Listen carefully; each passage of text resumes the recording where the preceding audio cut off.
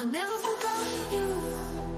I never forgot your smile. I know it's been a while, ooh, but I never forgot you. Your love, your touch, your style.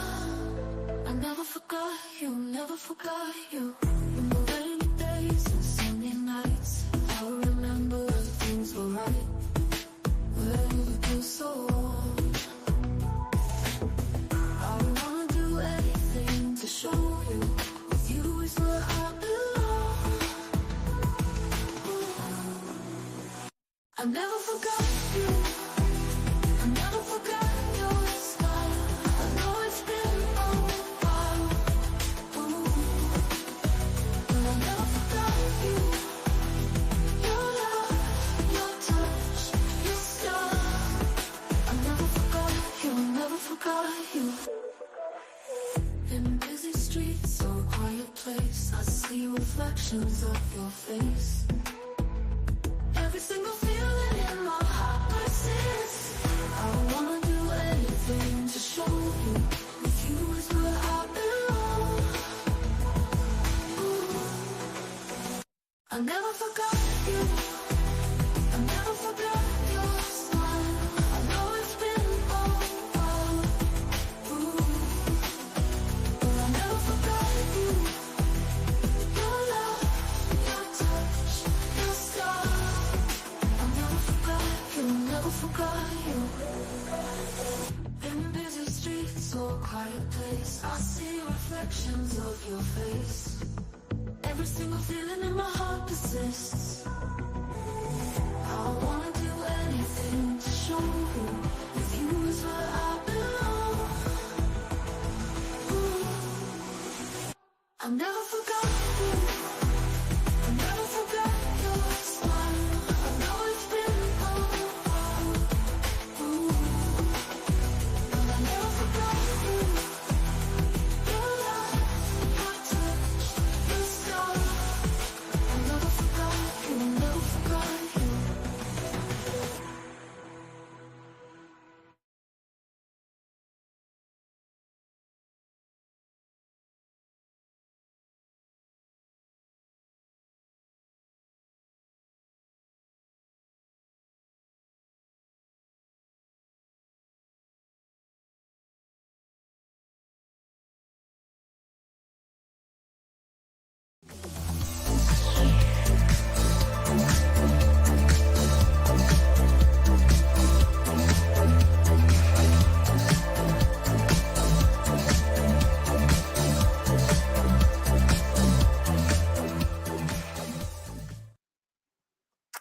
Hi, everybody. It's Retro Nerd Girl, and it's Douglas A. Burton here with us today to watch this incredible movie, The Never-Ending Story, 1984. I am so glad that you are all here to join us for this. And I am just going to go down the chat really quickly. I see Kimberly Ann Hart is here. Jack Lumen is here. Lord Top is here. Keith E is also here.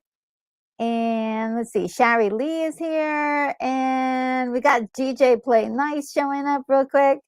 So good. So stopping by to say hey, enjoy the show. Be safe, have fun, and take care of your crew. Thank you. And rock. Yes, thank you. And Airship Literati, which is Douglas A. Burton, is here. Everybody grab their Orin and get ready for an adventure. And I do have No. man. Yes, I do. Oh, that is awesome. Yeah. The Orin. The Orin. Woo! And Keith E says that he can hear me. This is Awesome. awesome. We're doing good. We're doing good. He can hear me. And Sergeant Giratana's Rising Renegades is also here. Hi ho! And so good to see you, and good to see Charles Ratcliffe is in the house. Oh, so good. Oh, so good. And Keith E says, welcome to everybody. Too many to say hello. Oh, yes. And also welcoming Doug again. Thank How you you so doing, Keith? much. Awesome, awesome, awesome. I hope you guys like the song that I had at the very beginning. That is one of the newer songs that I added to my music channel. So go over there and check it out. Let's see if I can get fancy and actually put a link in the chat. Let's see. Let's see if I can. Requiem music. There we are. And there's a link. Now, I did provide a link for those of you who may have trouble trying to locate a copy of this. I have a copy, my personal copy, I think that was easy for me. But if you are having problems finding a copy, the first comment on this, actually, I'm going to pin it right now. If I can pin it. There we go. I just pinned the comment, and that is going to be the link to archive.org that has a copy of it for you to watch. It does have a different opening than my opening, the opening for the visual aid that I'm going to have available for you, but it's probably going to end up being the same because it's just the Warner Brothers logo. They've changed it so many times over the last few years, and it's probably going to be about the same time. And Kimberly Ann Hart is saying, "I'm here, Doug." Yeah. Hi, Kimberly. Hi, Stunt Brat. Sunbrat's here, yes. Yeah. Hello. Says my sweet retro girl, never ending hugs. Oh, thank you. That is adorable. I know, she's the best. Let's see. And Kimberly says, glad to see you guys again. So awesome. Thanks, Kimberly, for just everything. You're amazing. And let's see. And everybody's saying hi to Stunt Brat. This is wonderful. Okay, so before we get into it, any particular things you wanted to say about the movie? Because I'm going to go down like some bits of information about the movie. So, is there, before I do that, is there anything in particular, Doug, you wanted to say about it? Well, I don't have anything too deep. Like sometimes something will hit me and I see something in a movie or there's an angle. This movie I saw as a kid, and it was one that I recorded off of cable TV on my VHS, and I watched it like religiously, like Yes. almost daily for a while. I kept watching the Neverending Story. And what's weird is I own it, but Yeah. I didn't realize, but I had not really been watching it. And so I watched it last night in preparation for the show. And man, it was like getting into a time machine. Oh, yes. All the beats were there, the bullies, just the faces of the bullies that I used to me as a kid. I was like, I don't like those kids. The books. Oh, yeah, they were horrible. Yes, getting thrown in the dumpster, getting into the bookstore and grabbing this book. And I've forgotten that he reads the book in the attic of his school. Yes. So all these things, all the sights and sounds are coming back to me, and I just got lost in the film again. Wow, that's wonderful. It's kind of like a childhood favorite, this movie. So I'm very curious to hear your breakdown of it, because I bet you're going to tell me a lot of things that I never knew. Oh, I hope I'm glad. Okay, great. I'm glad we'll be able to do these things. Yeah, this is definitely one of those movies. I would say, would you say this is boy coded? This is definitely like Labyrinth was like more for the girls, and then this one was more like a lot of the boy kids like this one. So this boy coded. Yeah, I guess that's a good way to say that. Yeah. That's kind of a modern phrasing, but it's probably true. I think it is boy coded. the actor who played Bastion, it was essentially my age when this came out. So, Yes. this was very easy for me to connect to, Yeah. as a boy myself. And there's Mhm. something about this film.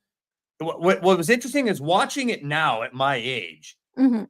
I was like, it has, in a weird way, it's semi, and this isn't negative, but it's semi generic in its basic adventure trope, right? It's Mm. general, it's base, it's Yes. nothing too flashy with it. And yet the premise, I realized the premise drives this film. The premise Yeah. being that you can read a book that's not safe. I love Ooh. the line when he's like, were you ever Captain Nemo Yes. trapped in your submarine with the giant squid attacking? And he's like, yeah, I was. And he's like, weren't you scared? And Bastion's like, well, no, it's just a book. He's like, exactly. Those books are safe. This premise that you can read a book and somehow it comes to life. Yes. This movie did that so well, and I Yes. think that that's such a powerful hook for, although it's maybe boy coded, I still think that anyone can enjoy this. Oh, This yes. right. Well, and again, I'm not saying that you were saying it's only for boys Yeah. by Oh, any yes. stretch. Yeah. Um, But it but was this idea that you could lose control of the safe box that a story takes place in, and that those lines can blur, and yeah. somehow you can cross over into this world. And I think that is a timeless, special thing that this movie delivers. Yes, and it's universal. Mhm. It's one of those things that captivated me when I was a kid because it inspired me to go get the book immediately. I was like, I want to experience this, never ending story. I just want to hit the comments real quick. We got let me see. And Charles Radcliffe says that it's on Daily Motion as well. Yes. Mm. And let's see. We've got some more newcomers joining us. Oh, let's see. Joseph Begay is here. Hi, Oh, hey, Joseph. How Joseph. are you? And Stunt Brad says, my brat made me watch it forever. And then I had two more brats 20 years later and had to watch it more, never ending. It knew Stunt Brat. Yes. And Lord says boycotted. It kind of is, yeah, a little bit, yeah. But it was like it didn't stop anybody from watching it. Right, Definitely, and that's not what that means necessarily. But it was like one for the right, guys. right. Well, just like Labyrinth, like you said, that might be more like female coded or girl Yeah. coded. I could still totally appreciate it, and I do. Yeah. And you've definitely talked a lot about the labyrinth because it is a very significantly, I would say that's a deep story, and this one is deep as well. And I'm going to get into all of that. I don't know if all of you guys have been able to read.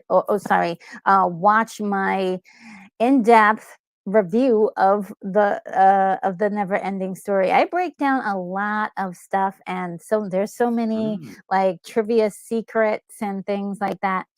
But I will start by just talking about um the movie itself. And so let's do the basics. We've got Never Ending Story, a 1984 fantasy film co-written and directed by Wolfgang Peterson.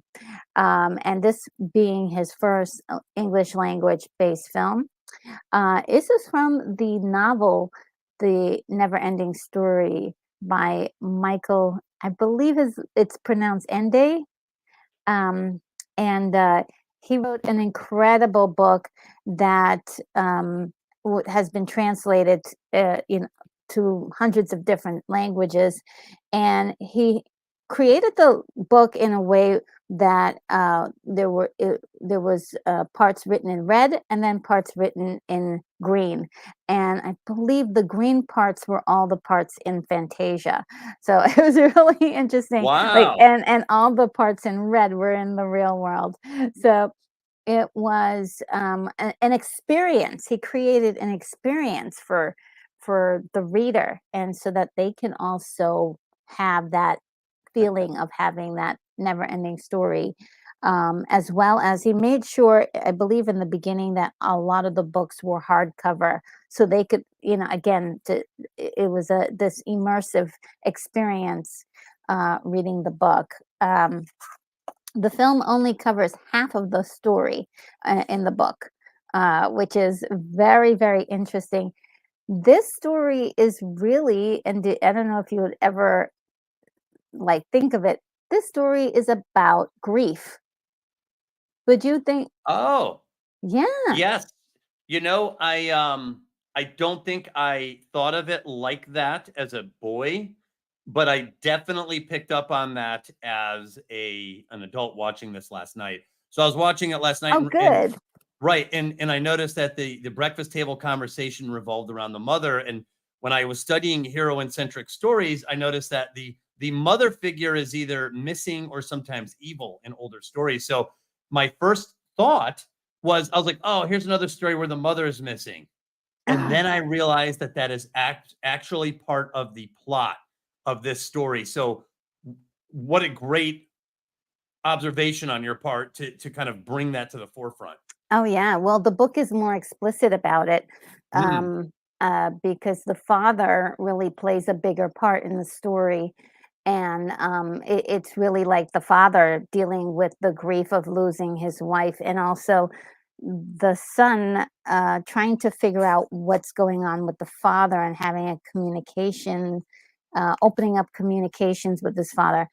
They did, like I said, in there's another Never Ending Story Part Two, which is not a very good movie, but they do cover the like half of what the other half of what was kind of missing in the first movie, but it doesn't quite have the charm or the special effects or the the acting chops or any of that stuff. So it's kind of it was a nice try. But before we go any further, Joseph Begay, wow, wow, Yes. wow! Thank you so very much for gifting 10 Retro Nerd Girl memberships for the channel. This is great, great, great, great.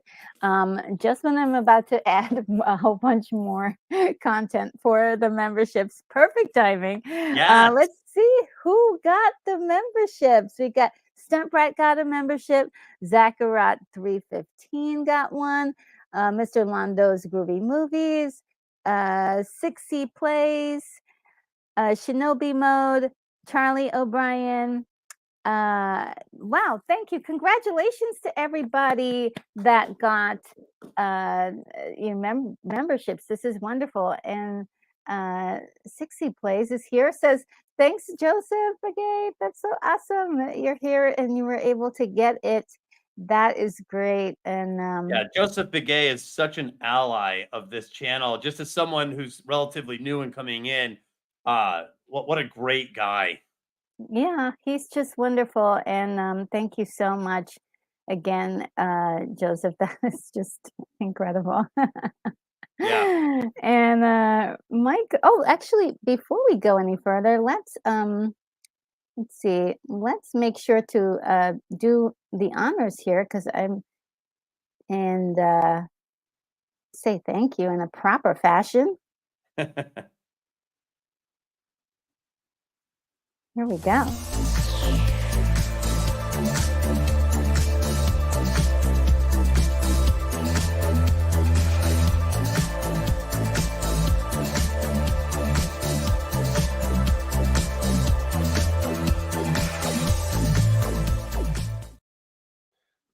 Yes, yes, yes. I And want to practice those moves that kid was doing. I know, right? I was like, wow, those will fit in for today's dance music. I think so.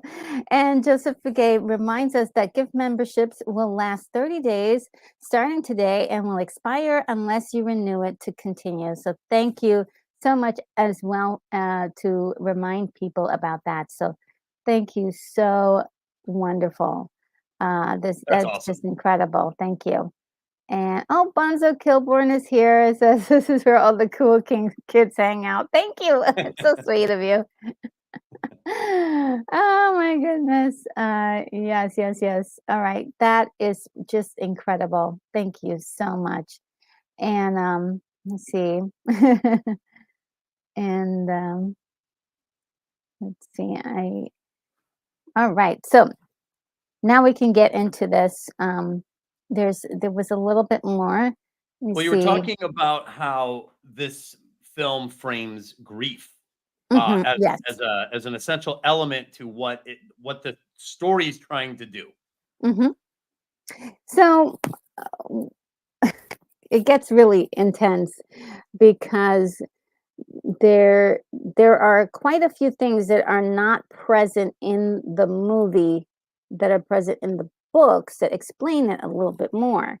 But in the context of the movie, there's a lot of um, talk about grief. Well, not necessarily talking about it, but talking about sadness. So we've got the swamps of sadness. We've got people giving up. Should we go on any further? I feel like people actually saying, "I feel like giving up," and then this thing called the nothing kind of comes in and Mhm. sweeps everything up, and it could be a metaphor for people unaliving themselves or just being taken into a place of apathy. The Right. Well, there apathy. is discussions of when depression can hit higher extreme notes, it feels it's not just apathy, it is nothingness, right? Yes. You don't feel joy, you don't even feel anger anymore. Yes. There's this pit, this abyss that you can enter in a depression, and I think that is the threat here to this world.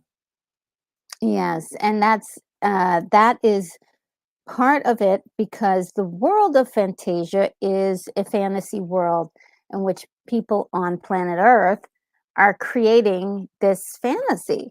And so for in the act of like going through grief and depression, you lose some of your ability to connect to that fantasy because of the apathy and just sort of like, I don't care about anything. There is even a character that doesn't care about anything, Morla. And so it's like, Not wow, that that's it really, matters. yeah. So I thought that was like, wow, that's really incredible. Then we have the wolf character in the story. Mm. In the book, it's actually a werewolf, not just a wolf, but a werewolf. And he is also a character that's also partly in the real world. So in Fantasia, he's a wolf, but in the real world, he's actually a human being that has been working with the nothing, and also working for what's behind the nothing. And they describe it as the manipulators, which I was like, "Oh my goodness, the manipulators? Who are the manipulators?" And that's like a whole nother piece that you don't hear about in the movie.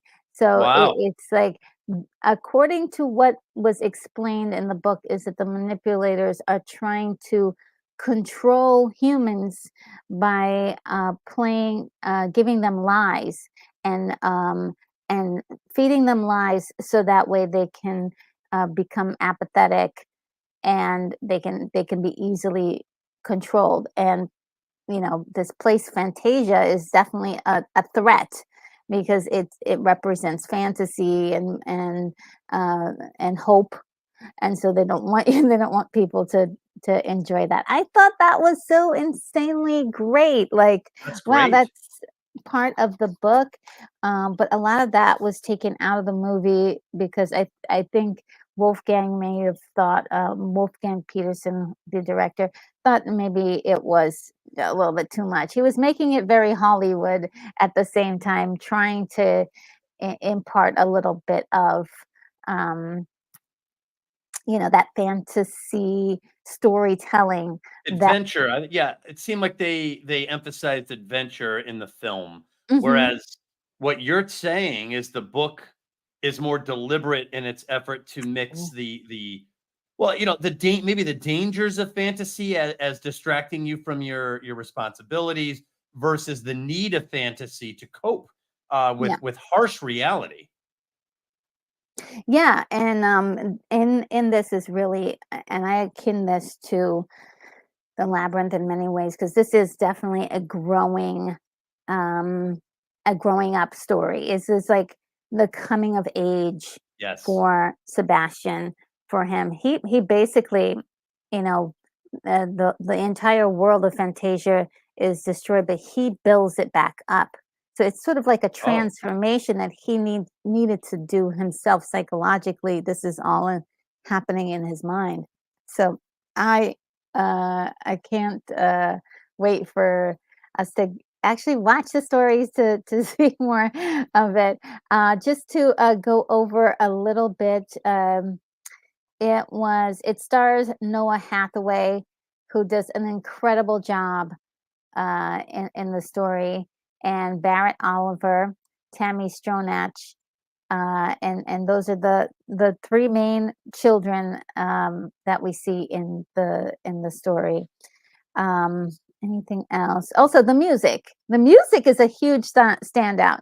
But there's two different types music that you can get. If you have the German version, you hear the original music that was supposed to go with the movie.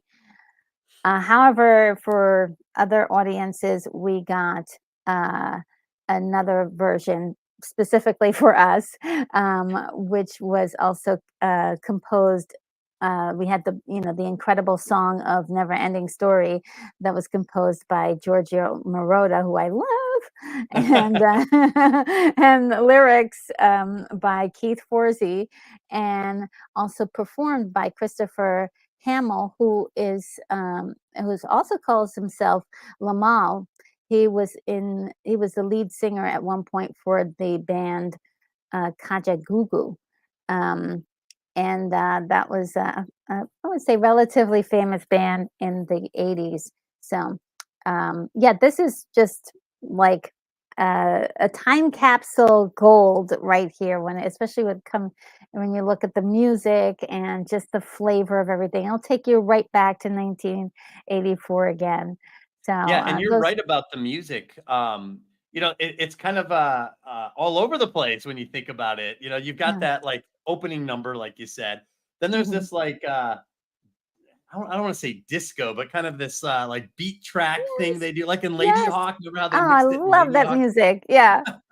And then you've Oh got man. like this electro boom, boom, boom. It's got like this. I actually went on and I downloaded a bunch of music from this because I love soundtracks. Like I'm a Yes. soundtrack fanatic, and I realized that I was missing my never-ending story track. So I went on there and found all my favorites and threw them on my playlist. Yeah, oh my goodness, so awesome. I'm seeing some newcomers join us. We've got let's see, we've got Barry on in the house, and we've got let's see, Time Very on. Lord Boy as well. Great to see you guys. And let's see, there was probably one other that I'm missing, but Kimberly says, maybe I will win the script. And that's right. We are giving away a script. Do we want to do that today, or do we want to give everybody some more time to watch the Well, video? so I found something out. While we're streaming, you can't leave a comment. Yes, So yes. so it's actually it wasn't the best idea on how to, like, qualify for it. So I think just anyone in the chat. What do you think, Retro? Like, what's a Okay. good Yeah, okay. Well, we can do that, and I'll just write down some names really quickly.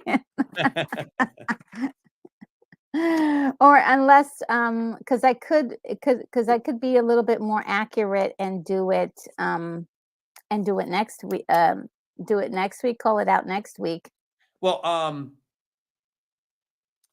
because there are I some just don't want you to people. waste too much time, like, putting together I can pick somebody at random, or I can write them down at random, and then maybe at the end of the, video, we'll pull a name If you randomly. could do that, that would be great. Yeah, let me do that, that way you don't have to, because I would Okay. much rather hear you tell me and the chat and the world more about the Neverending Story? I want to hear more about like some of your understanding of this whole picture here. Oh gosh, yes. Okay, well, we'll have to start watching it soon. Okay, so let me just see if I can get, because I believe there were some people who did leave messages Yeah, I for. mean those people will be included for Okay, sure.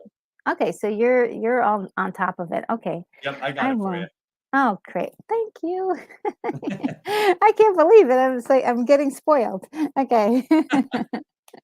All right, guys. So let me see that. I think we've covered all of the the nuts and bolts of that. And I think it's time for us to start keying up this the the actual movie. Let me see if I can. I had it open, but when you um, have too many things open, it gets to be a little bit insane. Yeah, and Uh, Cabot Kisser. That's how I used to watch. Was on HBO.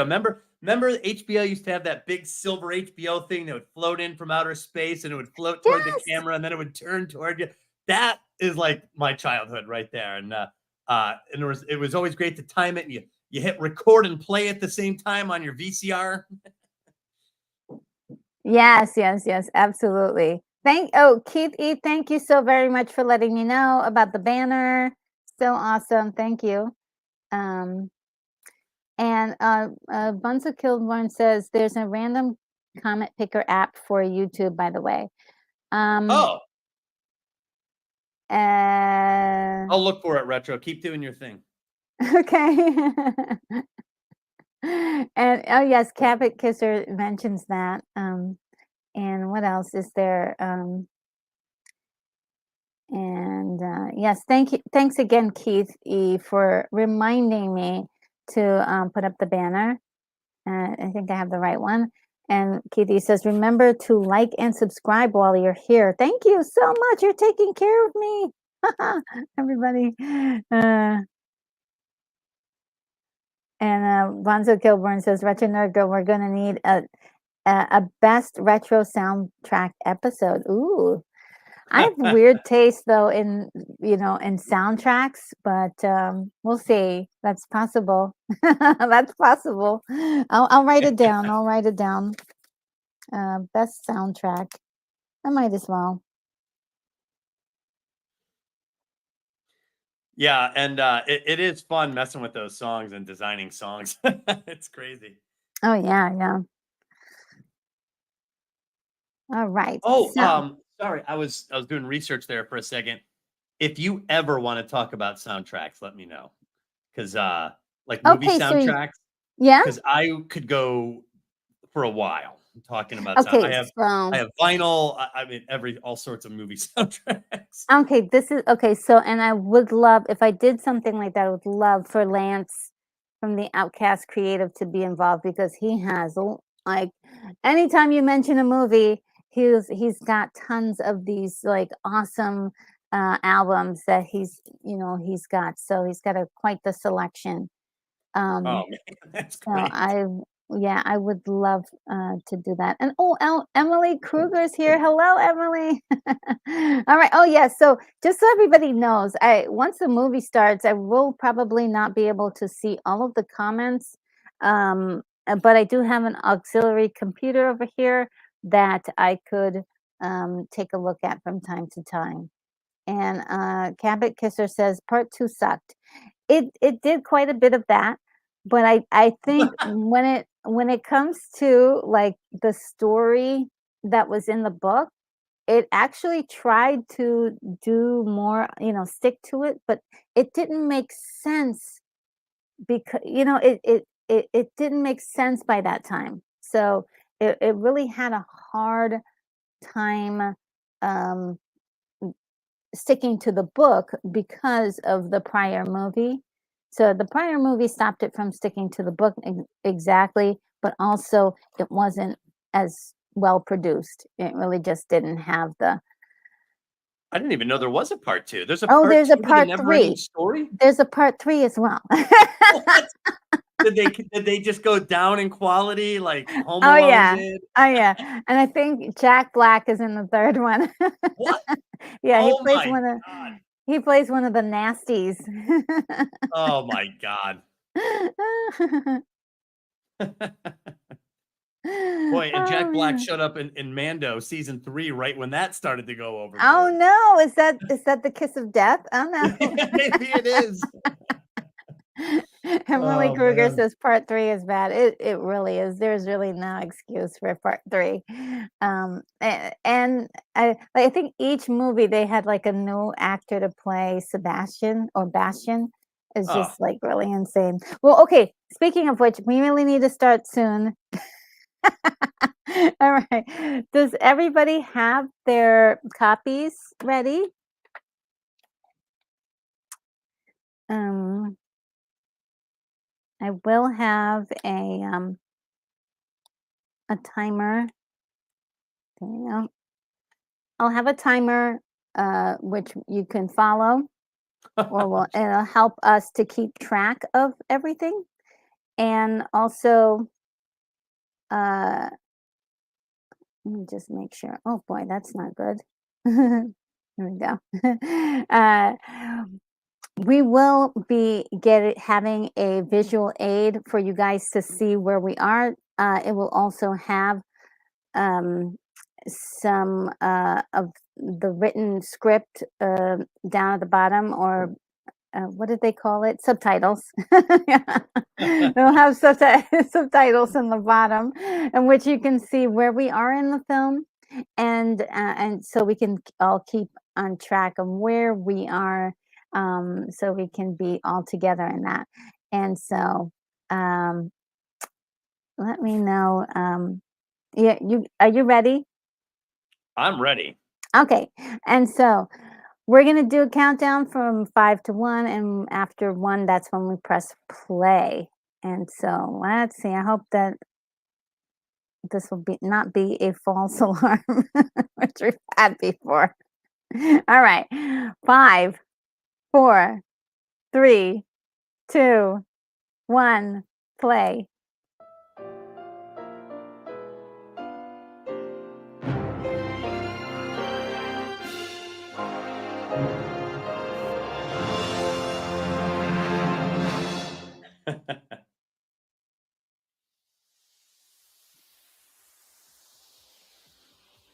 I think I'm right on time there. Oh, here's the music. It's I starting to kick love the in. music.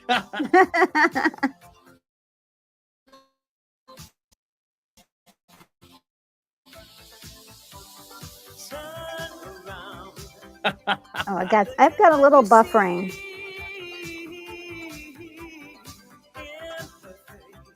Oh, I've got a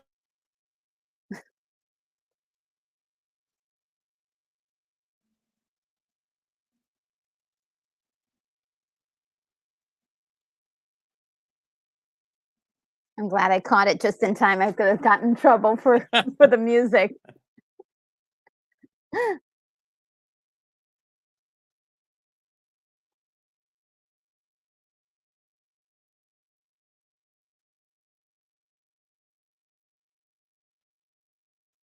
I think this is the size I need. Yeah, there we are.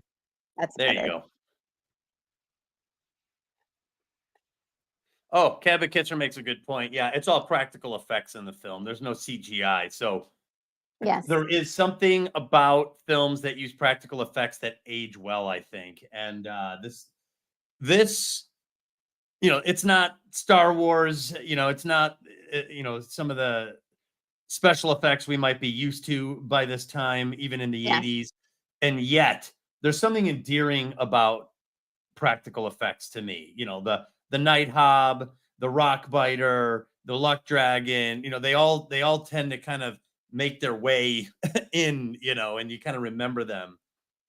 Yeah. And also, like the the whole sky thing there, that they basically the way they do that special effect is that they have a tank full of water and they have oil that they've colored. and then they slow Oh, down the footage to create the look of clouds. yeah, that's it. That's awesome. They did that for Flash Gordon as well, 1980. Okay, this scene is so important, guys. Yes. So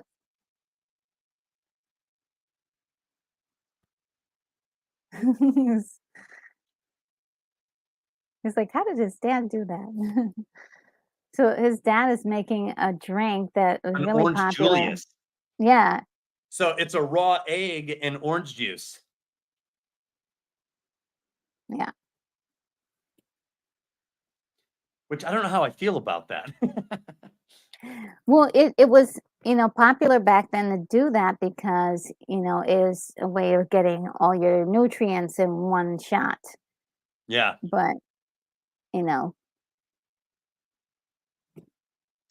like he's doing just some quick thing, but also it might be that he has a hangover from the night before. Oh. Yeah, that was in the book that he was kind of a heavy drinker. Oh, really? Okay, Yeah. so the dad's not dealing with it very well either then. No, but he's putting up a good front, right? He doesn't. But if you look at his face, right, it just seems like he's a jerk in this scene. Like he's like, you know, Detached. yeah, but he really cares.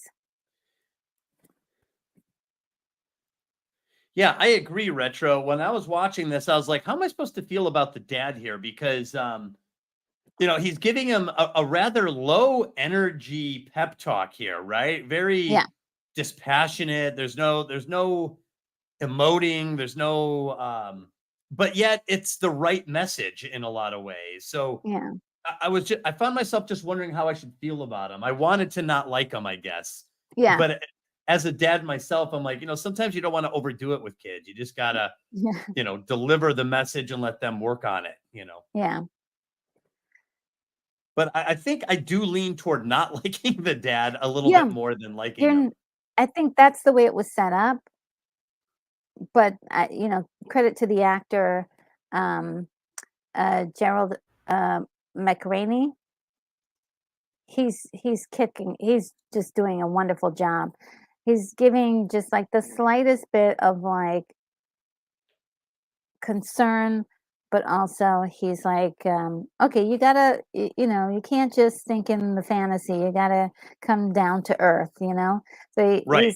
he's trying to give him that talk. It's like you can't be grieving mom forever. And I think that was just because he didn't want to see his son spend all of his life, grieving the mom. Like, but he needed obviously he needs some time to process this.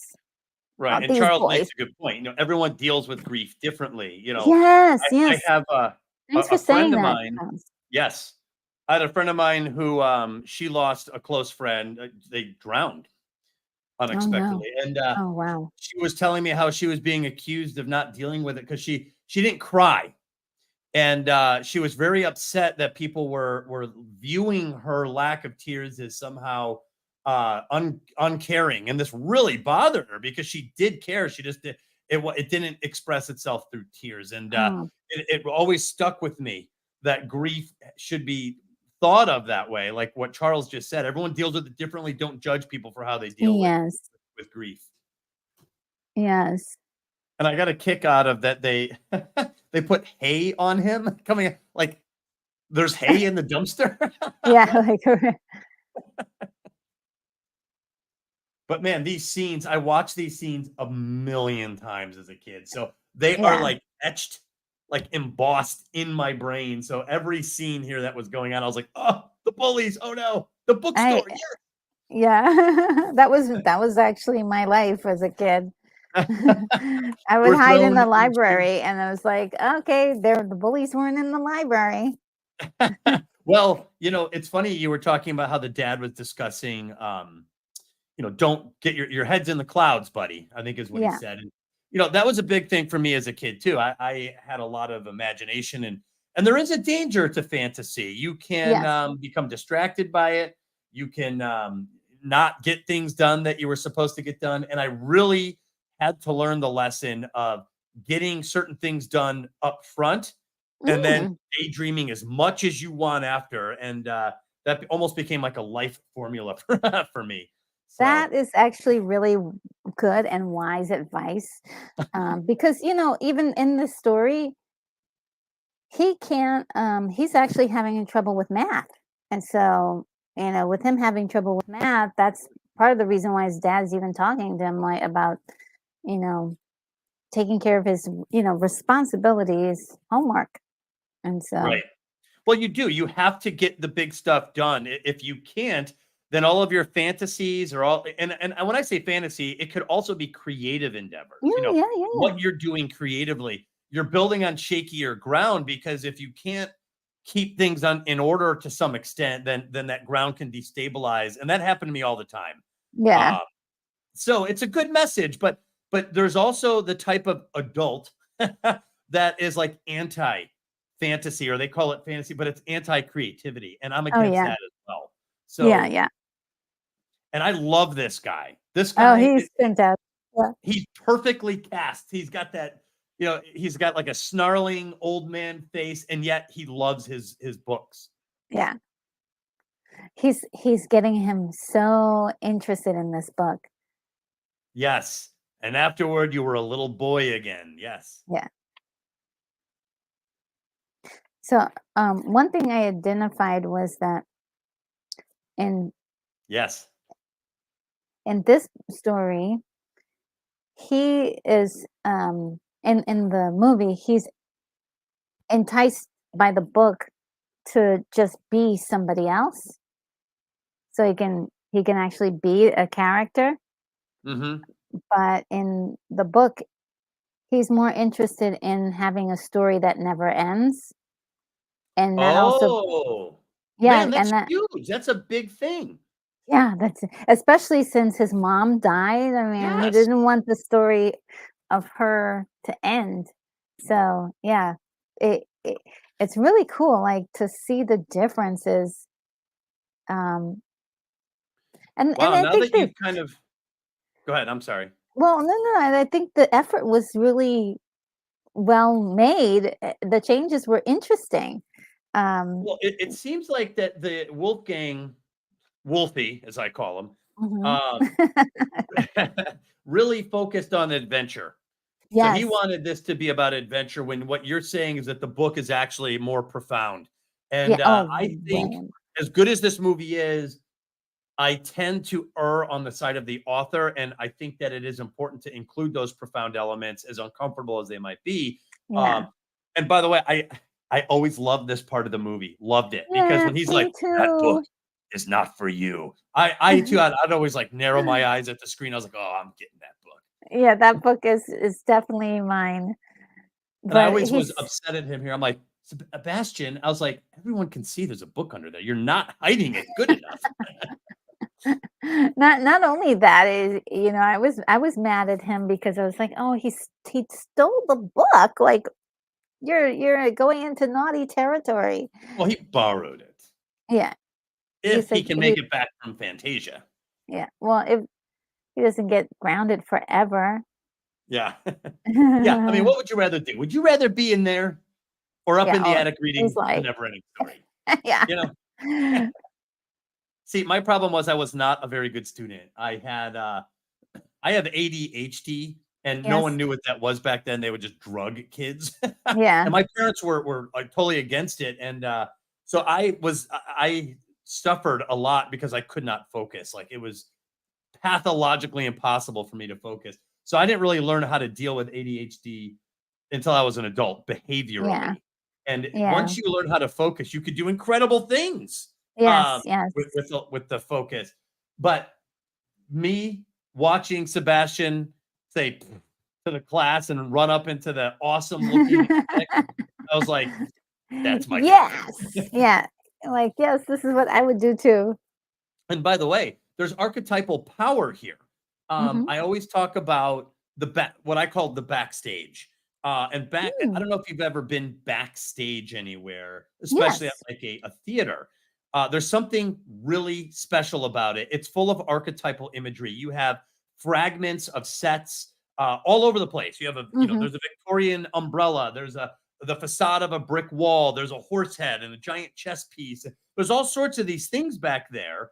And the backstage, it's like a warehouse and it's a staging area. It's like a hallway. It's all these things. So that attic reminds me of being backstage at a Oh, theater. yeah. Oh, All yeah. there's a skull in the background. There's all these images and cobwebs. So, and also the attic, I think, represents the imagination. Oh, yeah. So Yes. he's literally in the upstairs of his school, and he's also upstairs in his own mind. In And I his really mind, do yeah. think that's Mhm. intentional. Yeah. There's the night hob, These guys are so cute. and I don't know what it is, but I love this rock biter. Oh, yeah, Like, he's so cool. yeah, when Now, I was a kid. mhm. What were you gonna say? No, go on ahead. You said Oh, I when was you just were a gonna say kid? the idea, like, he's like grabs a limestone, he's like, "Oh, this looks so good." And he's like eating this rock. I was like, "What?" It was weird Yeah, because it makes you think that rocks are delicious to this guy. it's like, wow. And I love the snoozing, bat. Yeah, it's getting some much needed rest. Well, I thought with all of this, like, creature work, I was like, "Oh my goodness, Jim Henson, you know, is doing yet another movie. This is fantastic." But this is all Wolfgang Petersen's team. Yeah, this is not Jim Henson, right? Yeah, this is not Jim Henson, which blew my mind. I was like, "Wow." So they figured it out Well, for and this movie. yeah, when I was watching this, you could tell that they did a good job with their artist concepts. Mhm. An artist clearly wrote this out or sketched it out. He gave, the rock biter very square shoulders. Um, and I think it works. I think Yeah, these are well imagined creatures. I love the name Night Hob. yeah.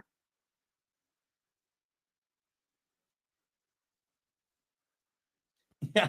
This guy takes a bite and it like just showers the area with I know. boulder. I'm like, "Oh, you guys gotta get out of there." Yeah. I mean, it explodes when he bites into it. And the dialogue is clever, where he's like, "Oh, I see why you guys camp here because the rocks are good." Yeah. He's like, "Yeah, that's it." And then Oh, this like by the Willy way, Wonka looking guy. it is the guy from Willy Wonka, Deep Roy, Oh yeah, and yes, when he that's right. was very young. Oh my God, that's totally right. I Yes. wasn't even making that connection. I was thinking just of him dressed as Willy Wonka, Oh, yeah, yeah. just as like an He is imaginative dressed as character. Willy Wonka. You're right. Oh man.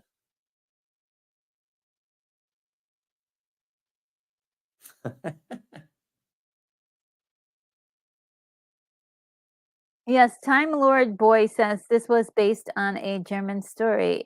Yes, it's absolutely correct. Absolutely. Yeah, I mean, these images when I was watching them, I was like, man, Mhm. they really. You'll only find these in the Neverending Story. So, Yes. like that shot right there with the Willy Wonka guy and the snail, like talking to the rock biter, it's well done. Yeah. And I It actually is. like this dialogue from the rock biter. The rock biter of all characters is giving us some essential exposition from a storytelling standpoint. Yes. And he does it more than once. Yes. And I like there's a line in here that I appreciated where he's like, "Was it a hole?" And he's like, "No, a hole would be something. This was Yeah. nothing."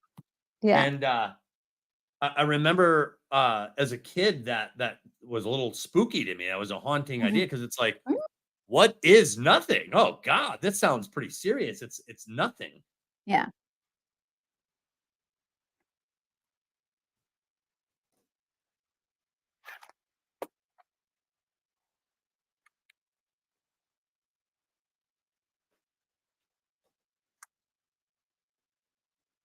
I always didn't love the makeup for the hobnob, the Nighthawk. Well, it's not Did it's I call her? inferior work, Mhm, compared to other films that I love. mhm. All I'm saying is that the design work, the Yeah, oh, costumes and yeah, yeah. right, yeah. I think those were very well done, and the concept of these characters is very high. I Yeah, think yeah. I think you're right. I think the makeup and some of the It holds up execution. to me, I think it does. I mean, I'm sure they probably would do something a little bit different today, but looks Yeah. pretty good. I know, when it came to the second movie, none of the characters that they had returned looked like the rock fighter came back and had like a family, and it just they used a completely different design team. They didn't even try to make it look like it was the same Oh, character. they it was not consistent. No, that was one of the main problems. Oh, yeah, that's a mistake. I think that's a big mistake because continuity in films is with multiple films becomes essential for that world building. And if Yeah, you throw it all out the window and start from scratch, you've shattered the world building, and you're asking too much of your audience, in my opinion. preach. Preach. Hallelujah. Oh man. I love And this. I like these scenes of zooming in on the rock fighter because Yeah, these are, especially when you're looking at these through the eyes of being a little boy or a little kid, yeah, these are fantasy characters, and here he looks frightened and like yes, overwhelmingly so. yes, There's something larger, too big for him to process when you with those camera shots, and I like yeah. I always like this scene and the way it's done. But that. The bat keeps falling asleep. I love it. Like they did have really good storytelling elements going on. yeah, all of this is all sets that they built. They were very meticulous about building all of these sets in Germany. But all of the things from the real world was all filmed in Canada. Well, while watching this, I noticed that the heavy use of sets. And Yes, I was like, man, like the Swamp of Sadness kind of shocked me because I was like, that's obviously a set, but yes. man, there's a lot of mud and water. Like, Oh, they what the built heck, man? yeah, they built one heck of a structure on that. Yeah. Um, and this was always got me as like it's the Ivory Tower, Oh, I love it. and the Ivory Tower is of course a place where people, I guess it was a state of illusion. Right. So everyone probably has heard this before, but Ivory Tower refers to Mhm, academia, mhm, specifically the part of academia or a leadership or a leadership core mhm. that's detached from the real world. That's what an Yes, ivory tower is. You're up there in your ivory tower. You don't know what it's like down here in the real world. That's how yes. it's used in the sentence. So here we have an ivory tower. So there is some connotations that just come for free with this. Yeah, it And was it is up just so there. clever. So clever, I loved it. And I do like the floral design of this thing. It's like Oh, a yeah. rose that's A opening up a white little rose, bit. yeah, yeah. Yeah. Very beautiful. Oh, this is just gorgeous scenery here. Um, there are Easter eggs in that one shot that we just saw of the establishing shot there. Oh, Um, really? yeah, oh yeah, there's like Ewoks and C3PO and What? yeah, yeah, there's a lot of you have to go back I'll go stop back and the look. frame and stop the That's frame, awesome. but there's a lot of uh characters.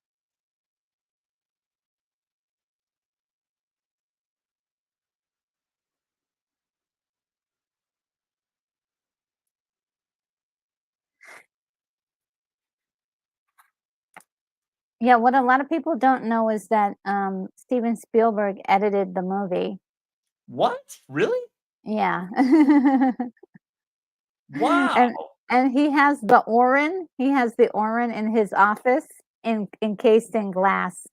Oh, see, I Um, love I kind of want to get one for my office. After I was watching, I was like, I need an Orin. yes, the Orin. So the Blues Brothers, Steven Spielberg had a cameo as the clerk, the office Yes, clerk. And here he's the editor. yeah. I believe he was really good friends with Wolfgang Peterson, and that's why he did it. Oh wow. Yeah.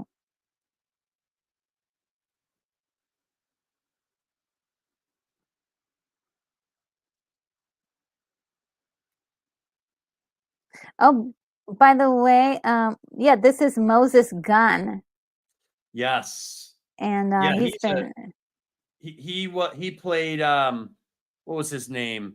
Um Bumpy Jonas in Shaft in the 70s. And then he was Booker T. Washington in Ragtime. And Oh, Ragtime this was a big movie. I hate to interrupt, but this is where he chooses how Atreyu is gonna look, his Atreyu's appearance. He looks at his bag and sees the Native American on there, and he decides that's how Atreyu is gonna look. Oh, okay, because I didn't understand that as a kid, but while Yeah. watching yesterday, I noticed he had a Native American sticker on his bed frame. Yes. And so and then there was obviously the patch on his backpack. So I was like, "Oh, is this like his imagination generating the character?" Yes, yes. Wow. Just like Sarah in the labyrinth, Oh creating yeah. the ideas of what the adventure is going to have. And it turns out to something to do with Bastian's mother, according to the book. Her name is Moonchild, Mm. and she, I believe she's the influence. This is his way of incorporating his mom's into his like imagination. Wow.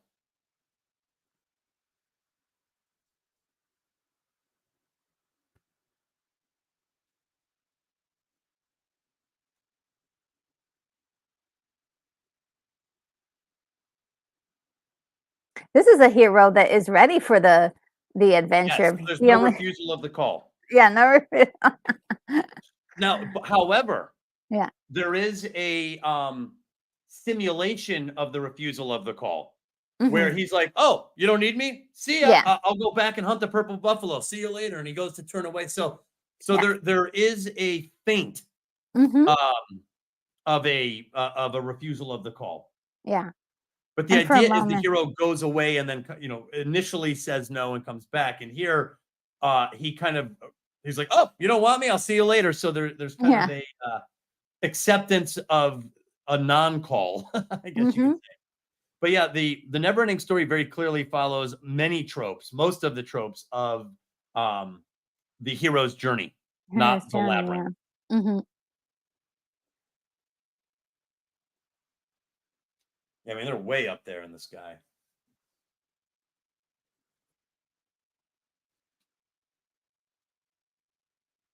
He's got to leave his weapons, so he can't bring his weapons with him on this trip. Yeah, that's wild. Ah, See, and I actually didn't know how if I like that because by saying you can't bring your weapons on a real quest, you're almost saying like we need you to succeed or our world will be destroyed. But don't take anything that will help you. It's like, yeah, no, all bets are off if this is an existential threat. yeah. Take whatever you got to take. Oh, the Orin, guys. Yeah.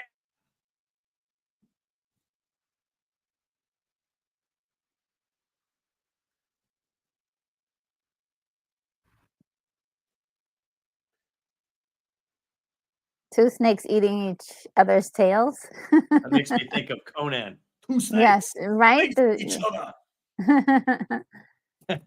I forgot what they call it, the Ouroboros or something, when a Oh, snake that sounds is right. eating itself. You're close if you're not right. Yeah, yeah, something is Ouroboros, something to I can't really Let fully me see if I remember can the. find it. Yeah. It's in the infinity symbol changed somehow. The beginning and the ending are the same. The Ouroboros. Ouroboros. Okay, The good. symbol of two snakes eating each other is known as the Ouroboros, which is Mhm. derived from the ancient Greek word "ora," which means tail, and Mm. "boros," which means eating. The Ouroboros has been used in many cultures and contexts that represent a variety of meanings. It could mean Ooh. the eternity cycle of time, the unity of all things, alchemy, Hindu mythology, Gnosticism, inner transformation, and self-awareness. And yes, they have a picture of the Orin in here. Yes. Yeah. Which or Oro Orin yeah, is it's in the baked in the name itself. Okay. Oh, here's the Ouroboros. wolf. Oh gosh. And so the wolf represents fear. Ah, And so there's so many little pieces that there's a lot of different representations in this. It's really great. Oh, there's Artex. I love you, Artex. oh man. I got sad watching it again last night. It was like this little Oh, childhood time bomb. I was like, "Oh no, Artex." Artex is so cool. Look at him. He's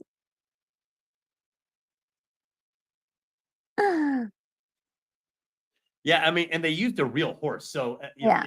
as you're watching the film later, um, seeing like the horse's eyes and everything, it really, really made it feel real. Oh, yeah. Well, there were a lot of people who actually thought that they killed a horse for the What? scene. Yeah, because it looked so realistic, Well, and and it there's was something, and we could talk about it when we get there, but there's something about the fact that the horse isn't like even trying. That makes it like so heartbreaking. The horse is yes, just like, "I'm done," and it's like, "No, you got to try." yes, yes.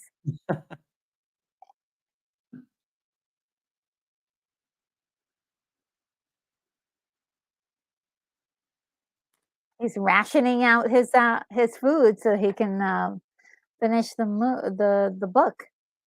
And I love these scenes. These are just classic hero's Mm. journey scenes. The Oh yeah. the lone rider crossing different terrains. This is called liminal space in Okay. storytelling, mythological Okay. term, and it is Yeah. the space in between space destinations. And that space is very important because it is a space of transformation for characters. Ooh, we're getting an education, guys. I love this stuff. I mean, when you start grabbing a hold of these ideas and using them in your storytelling, the power that Yeah. comes out of it is incredible. And because you're grabbing something timeless um, across all of humanity, that we've Yes. we've done Yes. this before on some level, and this is a Yes. new expression of these things. And by the Yes. way, this wolf was pretty scary. Yeah, when I was a kid, this was really that and then the eyes are glowing green. They're Yes, glowing. So I was like, "Oh my god."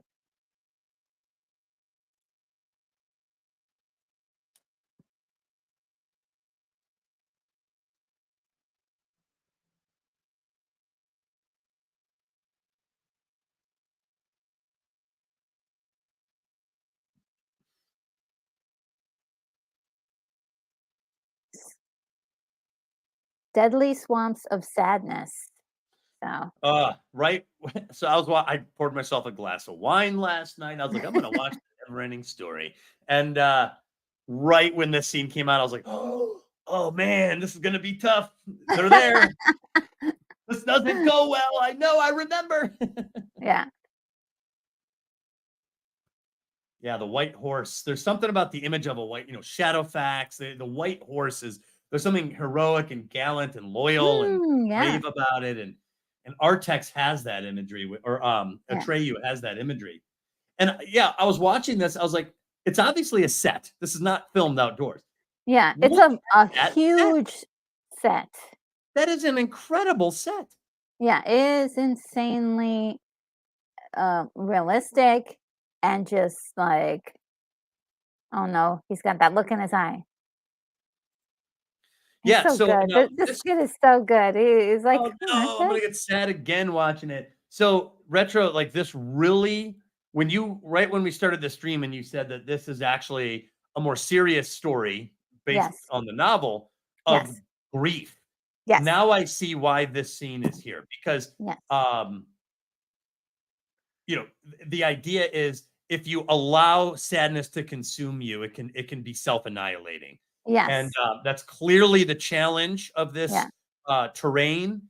And so here's the one time. Remember, I said it's usually good to add the tough stuff into the story, that he shouldn't have made it too adventuresome. Well, here's the one time that he didn't, where he stayed true to this idea of grief.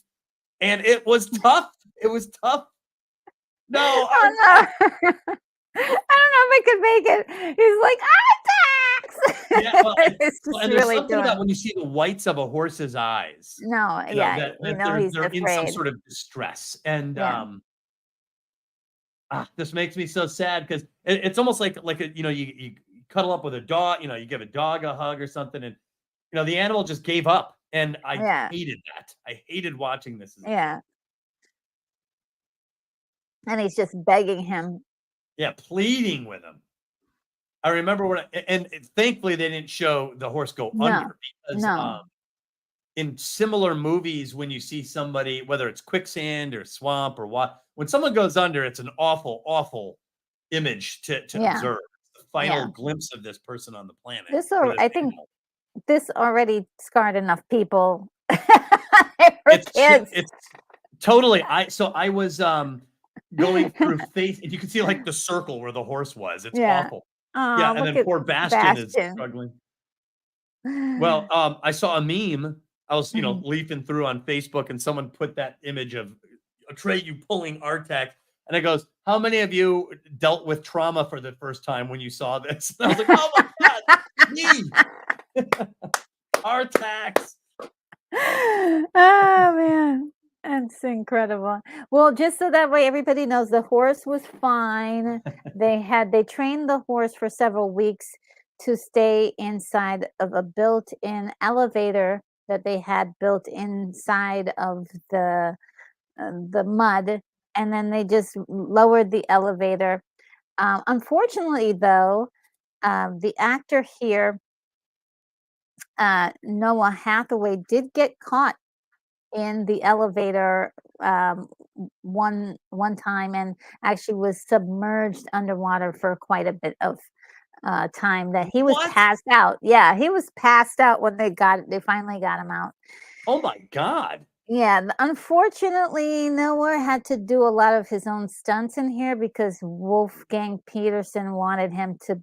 He believed in his actors doing their own stunts. So Authenticity. yeah, and he's a young boy, so yeah, he didn't have, you know, this was the 80s. He was a young boy. He didn't have anybody there to like really fight for him and make sure he was safe. Oh So man, that's scary to think that that happened. That's a yeah, brave kid then. yeah, he's very brave. More stuff happened. You know, he got a terrible injury from being on the horse.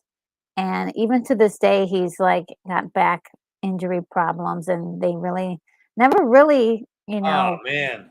gave him compensation for it.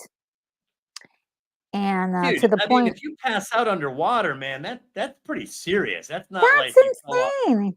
Yeah, and stunt Brat's probably here, but like you hear what they have Yeah, to she's not too go happy through. with Wolfgang. No, he's they did have a stunt person come in for a couple of the scenes, but he really wanted to have this little boy do all those uh the stunts, and he's still suffering from this stuff to Jesus. this day.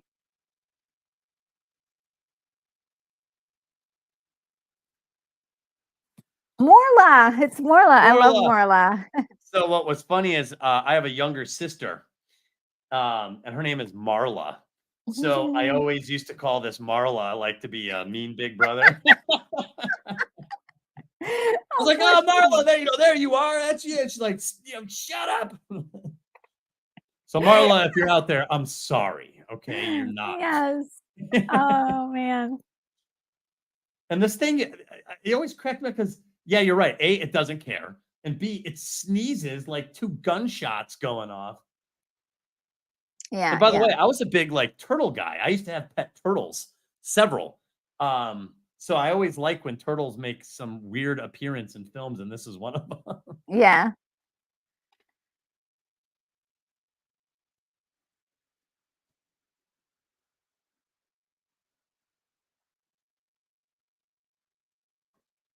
Yeah, more or less speaks in the third person and also speaks as if they are multiple people. Yeah, me. But they and then they even devote dialogue to explaining why. Mhm. And I love the eye rolls. They Yeah. did a good job with this puppet, I think. Yeah. I wonder if that's how he hurt himself, falling out of the tree into the mud. No, that was actually the stunt person who did that one. Oh, okay. Yeah, that stunt, but he, was practicing on the horse, and the horse, Through him? threw him off, and he just yeah, it hurt his back.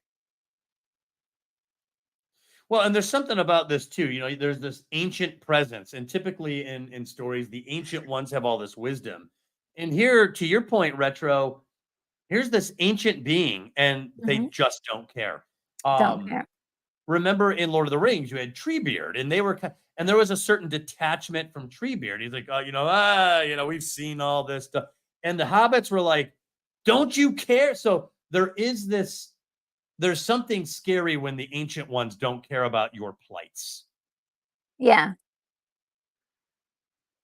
because 'cause and you're just sort of unlike like, "Oh, Lord of we're the in trouble." yeah, yeah, they don't even What care, like, it makes you feel smaller, the ancient ones, you're not worth it, and, unlike Lord of the Rings, this one never comes around. Morla's kinda like, "Eh, not that it matters." Oof.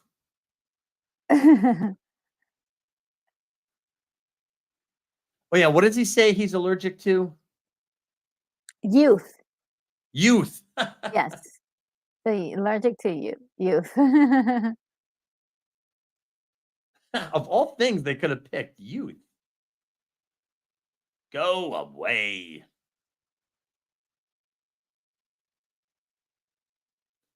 The Southern Oracle. Yeah, I I like love that. me too. And, looks like, Dan Candy joined the group here, Hey, Dan Candy! and Darth Plato is here. Stuntbrat is saying, "Can we talk about death and politics now?" No, we can't. No. Right. I know this is a little bit darker, a darker movie than we usually get to see. Well, and that could have played into why Wolfgang Peterson chose to go with adventure, Yes, because the few times they do have, the tougher stuff in here, it is tough. It is tough, yeah. and it was very what's the word, disturbing as a kid, and the adventure kind of did smother it up a little bit. Yes, yes, yes, yes. It lightened the Hmm. intensity, because especially after Artex died, my gosh. Oh man. Yeah. But it's funny that it even made its way to a meme, like, everyone in the Gen X generation was scarred at first by Artex. Yeah. So, suddenly it's nighttime. It's like Yeah, it was 3 o'clock and now it's nighttime. yes, and there's a storm, and he didn't go home. Yes, Watching this now, I was like, "What is the dad dad doing?" is freaking out probably. Yeah, and it's weird, as a kid, it didn't seem that strange. I was like, "Oh, he's Yeah, spending the night at the school, yeah, okay." yeah. But Now, yeah, as a as parent, it's like, "What?" yeah.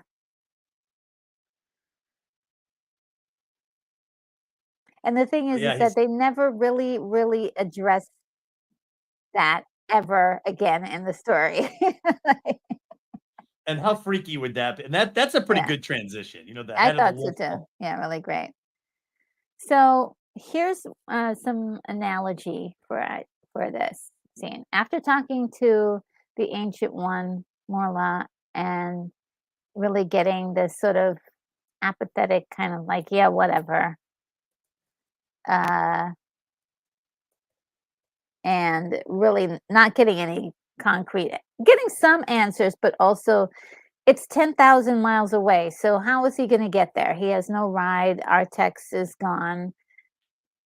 He's really feels hopeless, and then he's wading through the swamps of sadness. So he's succumbing to Grief, all of this. Yeah, hopelessness. yeah. And then here's fear coming in the form of the wolf coming to get him. And then here it comes. And while watching this last night, although the practical effects may be inferior to some of the higher level films of the time, Yes. that luck dragon is absolutely iconic. As good, Oh, I was looking at it and I was like, what a weird design. Like my so adult good. brain kicked in. I was like, it's white with scales and fur. It has a dog head. It doesn't even have wings. Yes. It's just a tail. So I was really perplexed by the design of it as an adult. I was like, man, this thing makes no sense. No, it doesn't make it. And then But it we comes love it. sailing out of the sky and it's kind of going like, and I was like, but it's I'm in the never ending story now because of Yeah. that luck dragon. So Yeah. as goofy as it is Oh, absolutely a winner in terms of longevity in the mind. I always wanted to be like where the character is right now, like in like sleeping inside of the armpit of a of a luck dragon. Like, yeah, so nice and cozy in here. Well, and its head looks so like this is the scene where I was like, Oh what the yeah, yeah, heck? How did I not notice how strange that was? yeah. And it's so obviously it's like a dog head with big old puppy dog ears, and then this Mhm. big old human nose and fish scales mixed with fur. And I was just like, God, that's weird. And it's got claws, and again, no wings. And yet Yeah. it works on this weird level. And the parts that I think that are the most endearing to me are like when the luck dragon like really gets into it when he's like, "Rah!" Yes. like It's so great. I love him so much. Falcor. But anyway, he's called a luck dragon, and so what saves, Artex? Luck.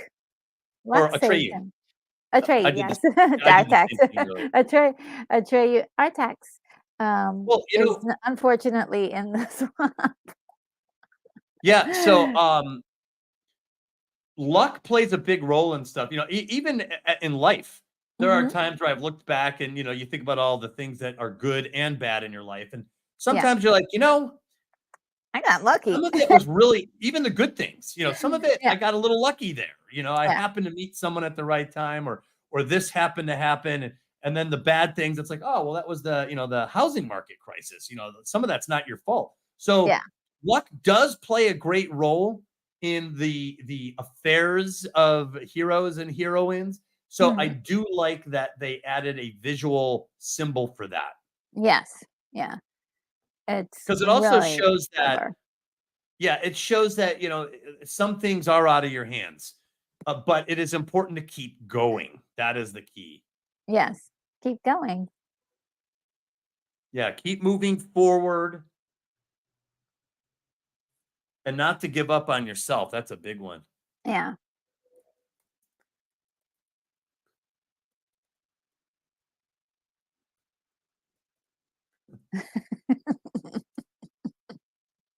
Yeah, luck. A luck dragon. Yes, a luck dragon. I need like 5 of those.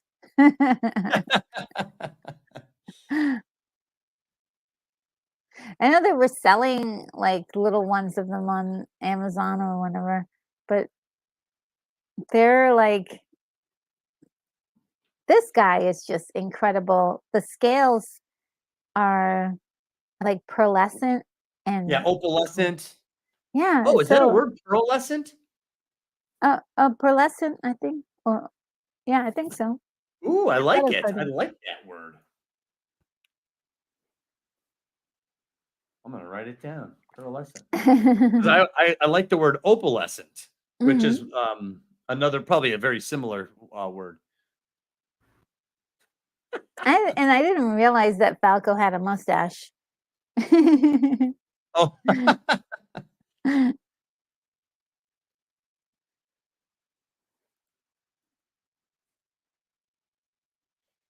This couple. This reminds me of the couple in, A Princess Bride, The Princess Bride, the the couple in that movie. oh, and by the way, oh now, Yes. and he's from Dragon Slayer. Yes, mhm, and she's from Willow. Oh, and she's from Willow. That's where. Yeah. Yes, yes, yes, yes. Willow.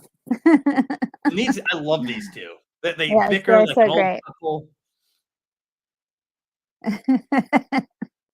and he's like the perfect medieval, like stringy, like guy, you know. Yeah, yeah. And like the artwork in this is very good. I do like their concept work. These all do look like very imaginative, fully imagined beings in this world. Oh, yeah, yeah. That place is pretty cool, Yeah. actually. And by the way, so last night while watching, I realized I absolutely freaking love these oracle things with the Mm. wings. Oh, yeah, they're fantastic.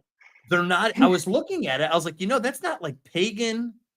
That's not even necessarily Egyptian. And I was like, that looks like Zoroastrian, Oh, like wow. Mesopotamian, like Mm. really early Bronze Age type of mythological creatures. Yes. And there's something about that really hits me on some level. I don't know what it is. Yeah.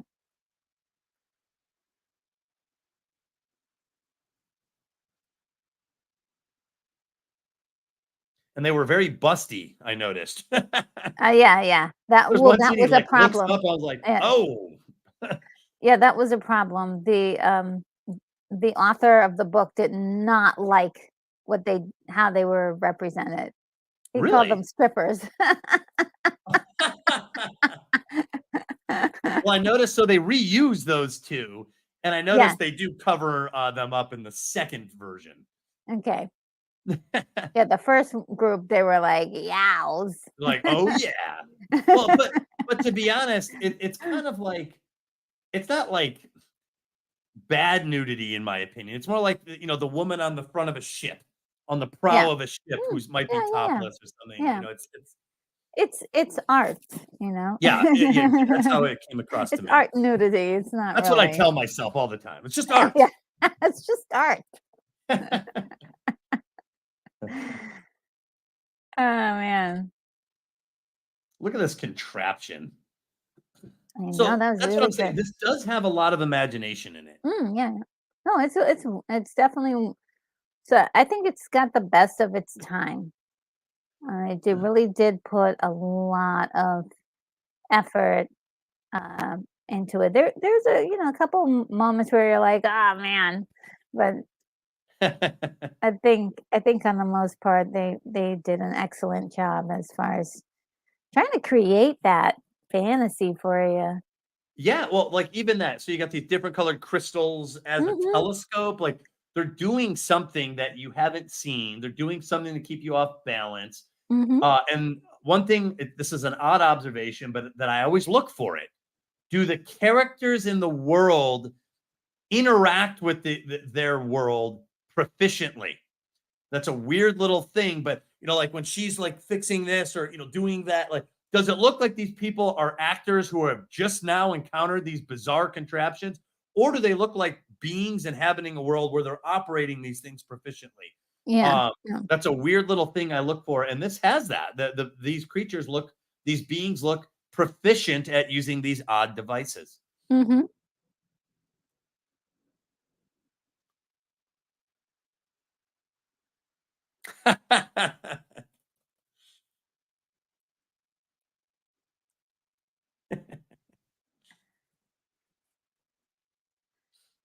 Oh, they have an example. What would you call this? The person who is sort of the example to a set of events that could happen negatively if, if the hero doesn't, you know, pass Oh, the yes. So trial. this so What I would you call call them this person? I actually have my own name for this. I call them Mhm. threat reminders. You need something Threat to remind you of the reminders. threat. And Yes. specifically in the hero's journey, Mhm. you have examples of previous heroes who have failed. Mm. Remember, I when we were discussing the difference between the hero's journey and the heroine's labyrinth, I did say that Yes. one of the reasons that the hero might refuse the call, whereas in hero-centric stories, the refusal of the call is often missing, is because I do think that the hero's journey is a warrior hunter motif, in which the hero who Ah! answers the call is risking annihilation, Yeah. as this poor chap just found out. Um, the hero's journey is dangerous. It's Yes. not bad. It's a dangerous existential threat to the hero personally to die like that far from home. That is not something that people want to do. And Yeah. so what happens is in our story, we show the previous heroes, and there's a great shot. They do this. You'll see this all the time now that I've pointed it out.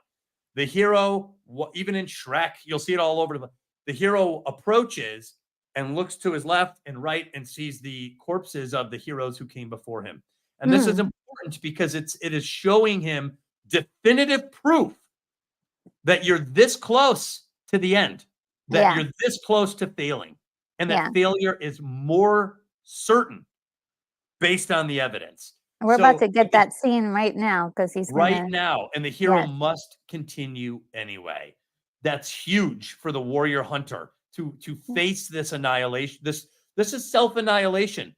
I shouldn't say Yes. it's annihilation of the self by your choosing to Hmm. continue. And every step of the way, you see more and more evidence of the dead heroes that came just before you.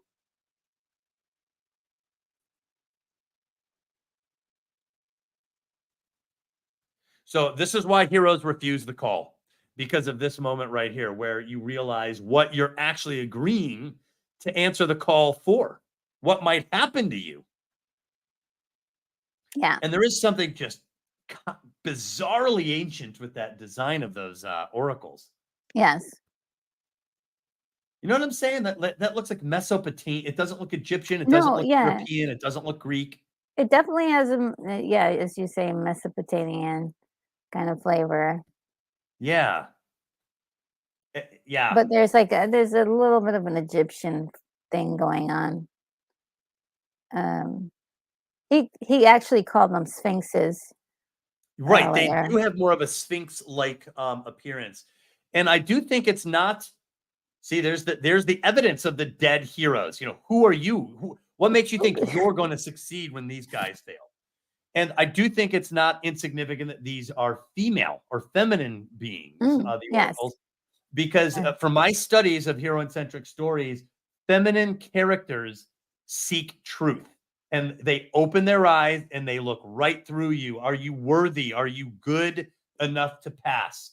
And I do mm, think that there is something about the feminine judgment of the hero that resonates, maybe even more specifically with men, I don't know, but, there is something, giant goddess-like creatures opening their eyes to look at you. You're gonna pass? You think you're man enough to get to you know, you're looking into his soul here. Oh, Hey, us man. guys gotta hold up under that gaze. Yes, I am worthy. Well, we'll find out, right? Keith E says, Douglas, it's also true when you started a new job and you asked what happened to the prior manager, but maybe you don't want to know. You just made me auto-populate an image in my head of a new manager with, like, the button-up white shirt with short sleeves and the red tie and a briefcase, seeing all the dead managers next to his left and right as he's walking in. Welcome They to your didn't new make it. job. Keith, that's great. Yes.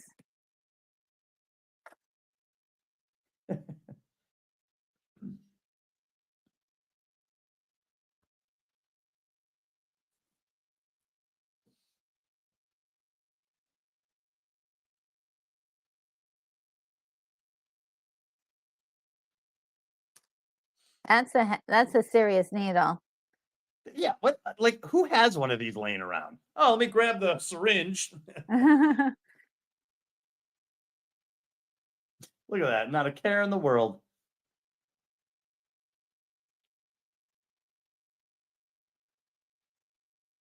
Yes, he has to face his true self.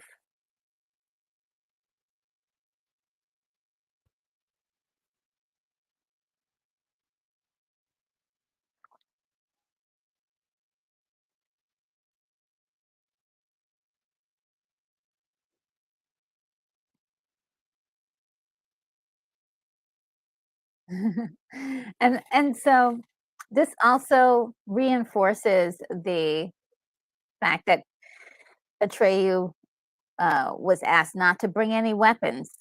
This is a confrontation of his own self, his mind, his and his spirit. It's not something he can battle with any weapons. Right. So, from my opinion on this is that Mhm. that coincides more so with on the hero's journey tropes Mhm. with one of what's called the road of trials, in which there's Mhm. some tests that usually physical, spiritual tests, tests of character for the hero. Mm. I think what should have happened is they should have allowed him to bring weapons because if it's an existential threat to the world, you should arm yourself. You should take it seriously. Yeah. However, this there's a mirror, there's a physical place, there's a portal, there's a Yes. threshold he must cross. Have him lay his weapons down here, and he has to go in there without weapons. I think that would Mm. have struck the Interesting. right tone on both. Yeah. And by the So way, as a kid, yeah. no, no, go ahead, retro. Well, this part right here blew my mind when I first saw it. When I was little, I was like, "What? What is happening?" Little retro was saying that. Yes, it was like, 'cause he just said the guy just said he's Atreyu has to face his true self, and his true self is Bastion, because Bastion is dreaming him up. Hmm. Yeah, this is good. You know, your context about this being grief and all that really has improved my viewing of this right now. Oh, good, oh, good. Like I'm appreciating it more. Like I did understand that, Yeah. but on I would say a much more rudimentary level. And by the Mm. way, he balks, so that's similar to a He's refusal of the call. Yeah, he's doing well, he does it several times. Mm, Because remember he earlier he was about to leave and then he comes back and then now he's thrown the book away and then he's like, okay, well, maybe I'm overreacting. well, you the hero must re-engage. That's Yeah. key. That's a key lesson in the hero hunter warrior code. Mm. You cannot retreat. And I remember as a kid, well, I don't know, maybe 10 years old, you could see the seam with the icicle where the mirror is Yes. split. Yes. And I Yes. remember I was Yeah. like, I discovered the movie. I was like, oh, and I used to be like, Dad, look, there's a seam. He walked in between. I was so proud of myself that I caught that. I love it. Yes. My dad's like, oh, yeah, great, son. And I love that there's these medieval candles like laying around. I know. They're just probably props for some play. It Yeah, looks like it's the theater room totally. or the theater storage. Yeah. But I love it though. I mean, who doesn't want to light candles that look like that? Oh, yeah. Oh, that reminds me, I need to get some candles. That's so funny. Joseph Begay just said that he cringes every time he sees the book with the pages folded on the ground. I totally know what you're talking about Me because I was like, "Oh man, that too. is a nice book. You're ruining the pages." Joseph, yes, you're and that's something too I loved about this movie is that there's a distinct love of books and reading and emphasis on those things, which is like, oh, I think is really cool. A lot of kids saw this movie and they were influenced by that to read books. See how they cover them up on her chest? They covered up a little bit Yes. better on this one. They were like, well, maybe we should cover them a little. The other ones, they're like, nope. I mean, they're like on top of you when you look I up. that's the Oh man.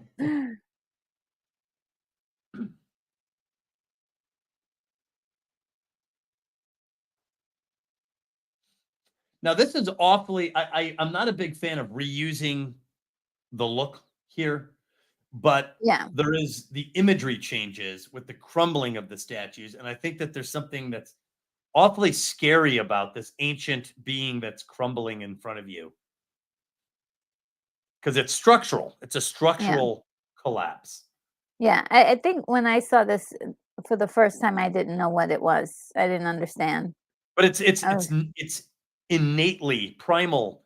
It's yeah, disturbing. yeah. It is disturbing because I was like, what's happening? This part of this, actually, this section of the story here is probably, I would say, very, very hard to, when I saw it for the first time or when I was younger, it I didn't really process. I was like, oh, this story's getting darker and darker and darker and darker. Like, but I did love this part because it almost looked like they were on their own little like adventure. Yeah. And he looks so happy, and they needed this bright moment here. They really did. And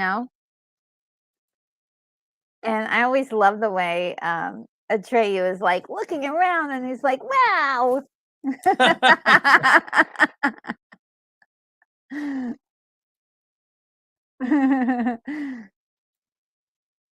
Yeah. And again, this is another version of liminal space. Yeah. Um, and I act what's so funny is watching it now, it's like, oh, they're just in front of a green screen. Like it's just, Yeah. such simple shots. It's not terrible either, though. I No, no, mean, no. because usually you see that awful line, and Oh yeah, you yeah, did the get black some of it. line. Yeah, sometimes you see the line, sometimes you don't actually. But Well, and after seeing the movie Everest, I was like, dude, he can't wear that up there. He'd freeze to death. yes.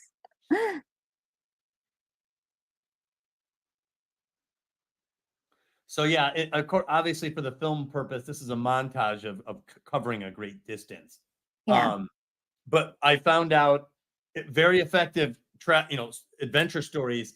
You muscle through that liminal space because Mhm. that's where the change comes. So they're kind of skipping it. That's kind of a rookie mistake technically Yeah. to just skip ahead like that, but not the worst, especially Yeah. considering it's a luck dragon that can cover a lot of ground. Yeah. Um, Mark just asked the question. He got here. He missed our earlier discussion. Yes, did you yes, we did, yes. Well, we didn't cry this time, but I did cry some other times. we held it together live. Yeah. Retro and I promised each other that we wouldn't lose it. Yeah, we were strong for you guys. Oh my goodness, yeah. Oh, no. When they got separated, I was brokenhearted. I was like, "Oh, no." Yeah. Let's see.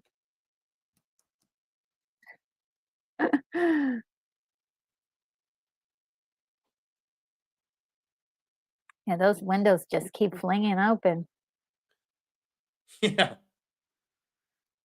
and there's, like, a skeleton in the attic. There's just so many, Yeah. like, scary there's, Exactly. like, cobwebs all over that thing too. That's what I mean. It's archetypal. It's old up here. It's scary. Yeah. So, a little Uninhabitable. bit earlier, um a little bit earlier, Sebastian went to the window and said, "I wish they would ask me to name the empress. I have a name for her already." Um, and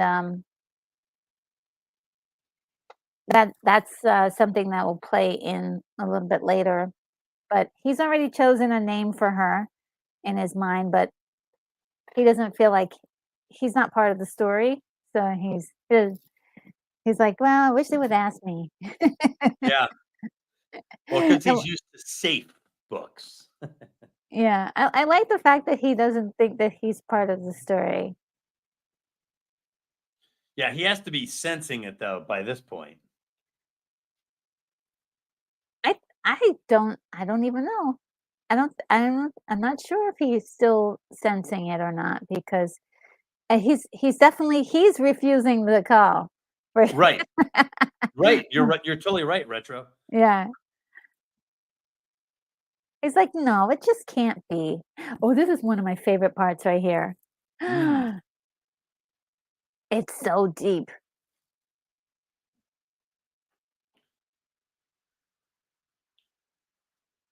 Wait till I describe what this part's about. You might get it. Well, there's symbolically speaking, he's standing in ruins, and it Yeah. looks like ruins, with quite amount of time that has passed. From an archetypal standpoint, it's a little haunting because people once lived here and they're gone Yes. now, and Yes. Yeah. um, and it's not human failure; it is societal failure.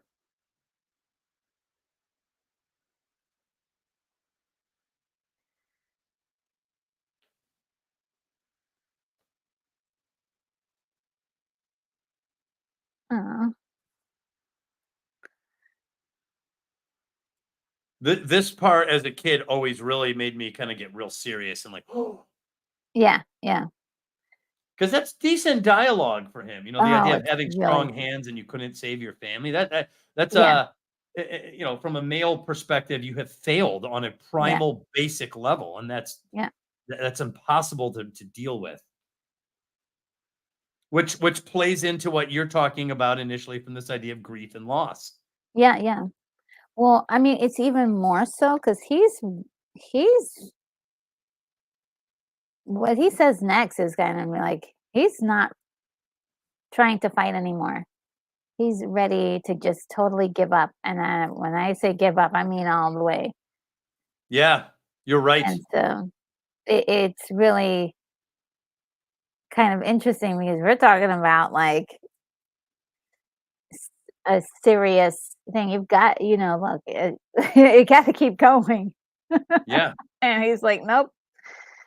I did my best and now I'm done. Oh, he's so sad. He's Well, and what's he crying. gonna fight for if you when you lost all this, Yeah. and this going back to his strong hands and how that has failed him. Yeah. Yeah. Yeah. That's very good writing actually, Yeah. because it gives Because you a symbol yeah. to understand his grief. Oh, now this scene here just blew my mind when I was like, "What is this?" This is just awesome to see, like, the wall murals. Oh, yeah. Ah! It's made a serious impression on me as a kid. Wow.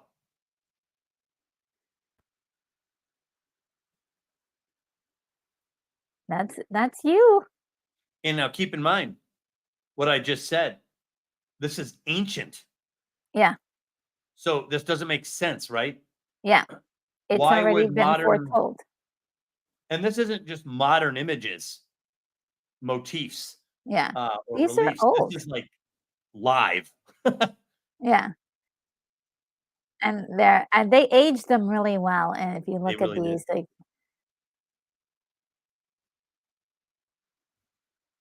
Morla. I keep thinking of my sister. Poor girl. oh, no. Uh-oh, No, yeah. don't remind me of Artex. Ah, boy. So this creature does quite a bit of explaining, Mhm. quite a bit more, a lot like the book. Oh, really? Yeah, And that's a very brilliant transition. Yes. Isn't it? Oh gosh. Yeah.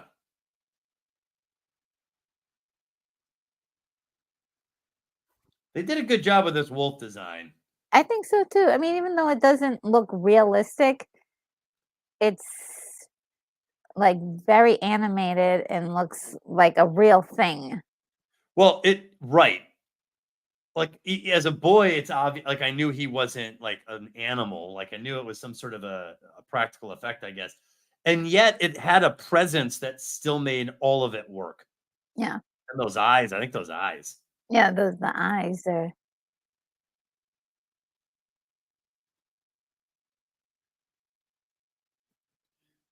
Well, and I do think there's something primal about the glint in an animal's eyes. I'm sure you've Mm, seen them at night with a flashlight or something. Animals have right. this weird glint in their eyes, um, and it's pretty freaky. Oh yeah. I'm an Eagle Scout, so I did a lot of camping, especially when I was a kid. Ah, So I've seen animals at night, and it's scary. It's scary being out in the woods or on a mountain at night with animals around you.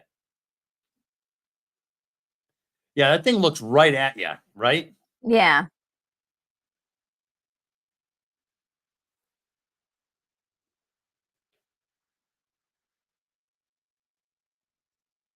It's the world of human fantasy. Yeah.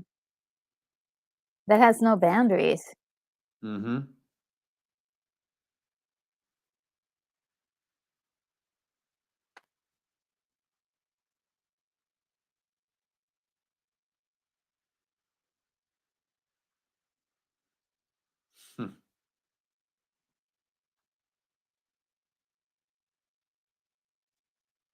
Yep, despair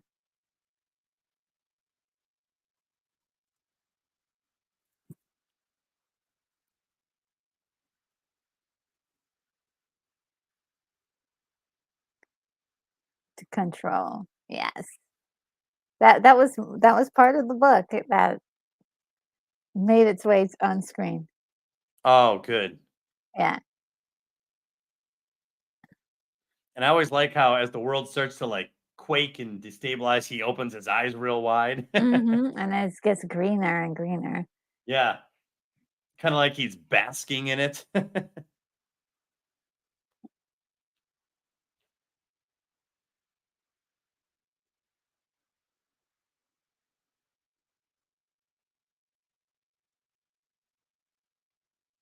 Yeah.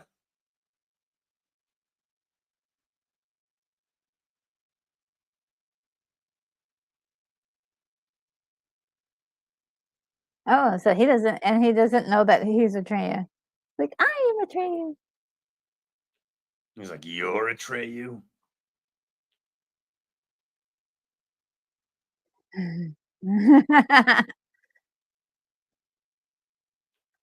Yeah, this was great. Yeah. I love it. I always So, love this scene. Noah almost lost an eye in this particular scene 'cause, This one? yes, almost because it got him in the eye, and then the puppet was so heavy, it, like, was on top of him and nearly crushed him. He Really? just yeah, he went through it. He went through it.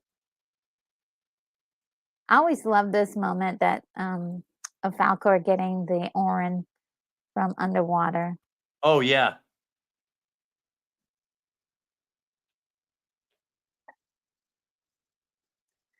Oh, Well, yeah, and then this there's is your a monster. great scene, Yeah. the It wind looks and good underwater, everything. right? Yeah, yeah, yeah, that was not bad.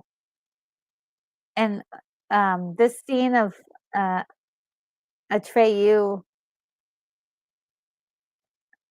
that's a okay, that part of it is, like, they go back and forth, but part of it is the stunt person, and part of it is him. But the way they achieved this was actually by turning the entire set on its side. Really? Yeah, so it all of the, contents just would look like it was Fall off? yeah, Wow. yeah. That's a lot of debris flying through. Yeah. There's that hay that they probably put in the dumpster in the beginning. Yeah, they did have a combination of live action with, with, Noah, and then they also had the stunt double in there, so they did use a stunt person in some of that. Yeah, like that image of, the luck dragon, the way it moves through the air, that silvery pearlescent Yes, body, like I do think that it has become iconic. I think so.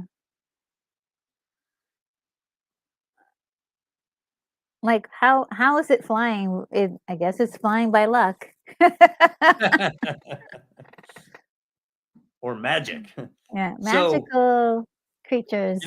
it's amazing to me how much cultural impact a Mm, 2-hour film can have for yes, decades, yeah, centuries. yeah, And you think about like Star Wars, like that's a 2-hour, 2 hours, a yeah. 2-hour story, and it's lodged itself. Again, Neverending Story isn't at the same level as necessarily Star Wars, but No, it but has cultural relevance and it yeah, has succeeded in many ways. yeah. So the Orin is an interesting power tool. It can help you find things. Yeah. And I think in the swamp, when he was in the swamp, he was received some protection from the Orin, but it wasn't enough to help him completely. I love it's such an impossible image that that the Ivory Tower, it stands so perfectly, but it doesn't matter. It works. Yeah, yep.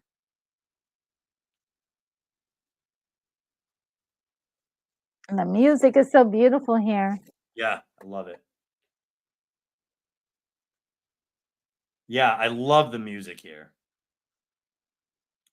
Doom, doom, doom.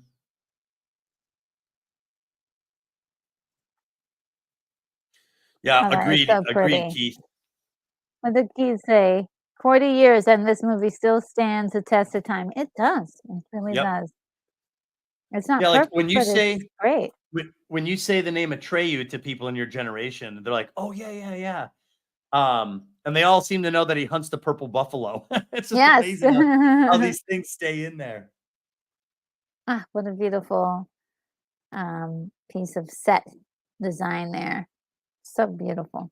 Yeah, I do love the Ivory Tower. Yeah. And I remember being surprised, as a boy that the Empress was like a girl, not like Yeah, yeah. an older woman or something. The childlike empress. Yeah. And she was really a child. Yeah. But I always thought that her performance was the actress who performs her um did make her seem like she was a lot more mature than her age. Oh, Falcor. Falcor.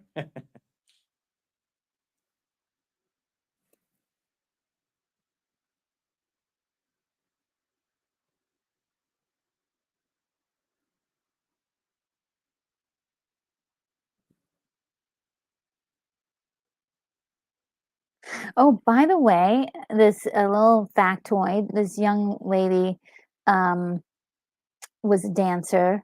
Um, they picked her out of several girls, and she won the part. But like a week or so before she was going to start her role, she lost her front teeth. No So way. yeah, and so they gave her fake ones, but she had like a terrible lisp, and so she had to work for hours and hours to, just Wow. so that way she could speak normally. Oh my goodness.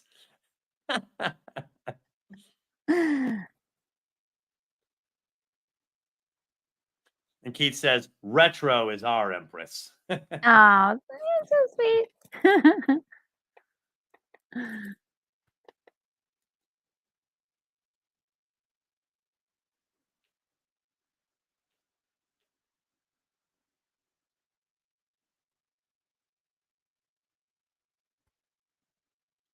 He's like, "What?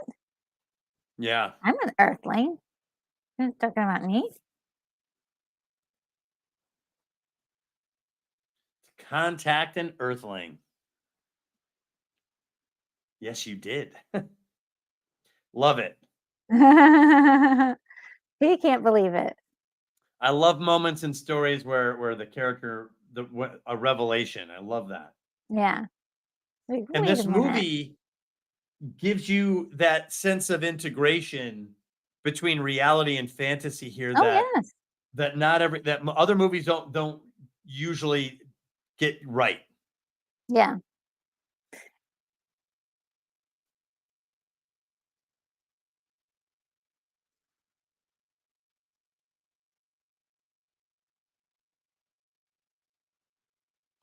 Where is he? So she's talking about us. Right. Correct. Yeah. I love that. We're part of the never ending story. We are. That's right. Yeah. And every time a person watches, this movie, they're also partaking in the never ending story. We're keeping it from ending. Yes, it will never It will die. never end. Yes. When he took the book from the bookstore. I love this I love how she's like patiently waiting for these two guys to kind of reconcile each other. Yeah. Um she's not panicked as the world's coming apart, but she is sad. So it is an interesting way to play this. Yeah. He's so cute.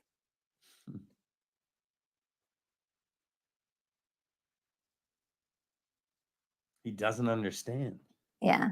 He's already chosen the name.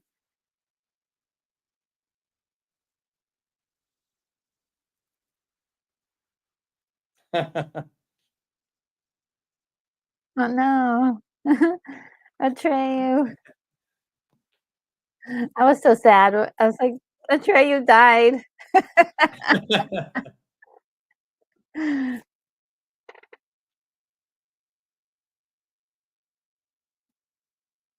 Oh my goodness.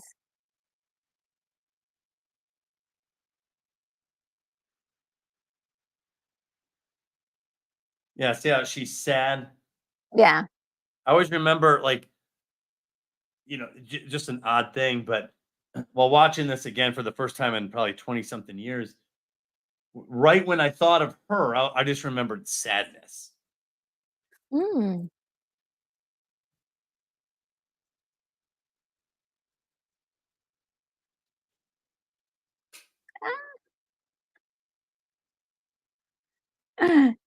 You go, Bastion. Yeah, I have to keep my feet on the ground. Yes.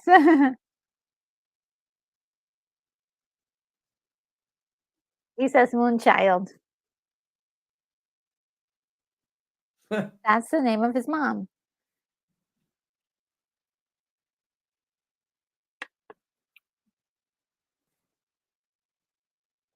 And now the new name of the Empress. The childlike Empress.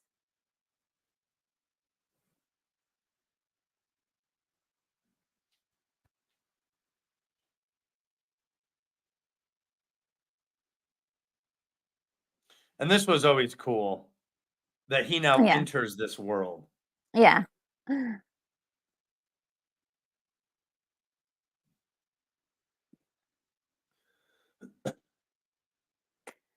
But usually, like, when you have a transformation, you have to, like, start all over again. Right. And so this is kind of, for him, a new start.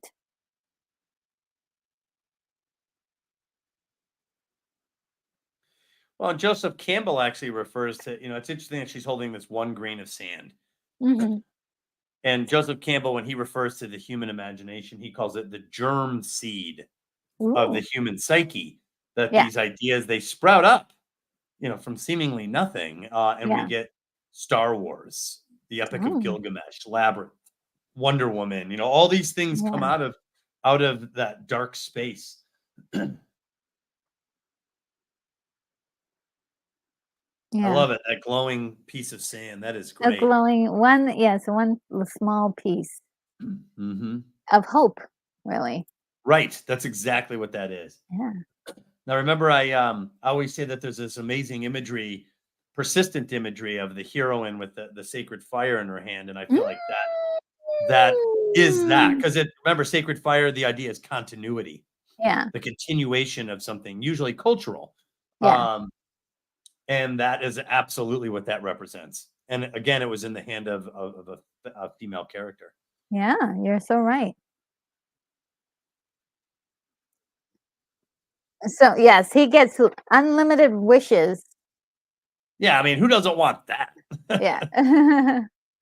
So his wishes, in his wishes, he's able to rebuild Fantasia, and just completely recreate it, which is really awesome. Now, ooh, how do you pronounce that? Cyan? Cyan? Cylon? VR. Oh, Cylon, Oh, I like, think I had something on my screen. Oh, okay. right? Am So, I? Oh, no, you're probably, is that an I or a L? I think it's an I. You're Um, probably right. Scion, I believe, CR. he is suggesting, that book-wise, this is only halfway through. Yeah, I mentioned that earlier, that this is only half of the book, and part 2 of the Never Ending Story covers the other half. But, watch it at your own risk. Well, Just read the book, it's really good. It's really good. well, and, I remember as a boy, Mhm. there's something so we just spent a decent amount of time. It wasn't a fast scene, maybe 6 minutes or so Yeah.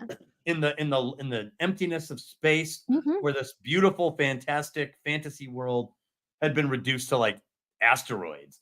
Um, Yes. and now it's back, and We're back. it's so rewarding as a boy to see him Yes. zip through this world and everyone's alive again. There's the rock biter, and of course, the obligatory 1980s comeuppance moment, Yes. the bullies. You have to have this. Meanwhile, people are, like, freaking out on the street, "What is this? We're being attacked by aliens." What's And that lead happening? kid, the kid in the middle, he has the perfect face for like the head bully. Yeah. And here's where Falco is like, "Rah!" I love it.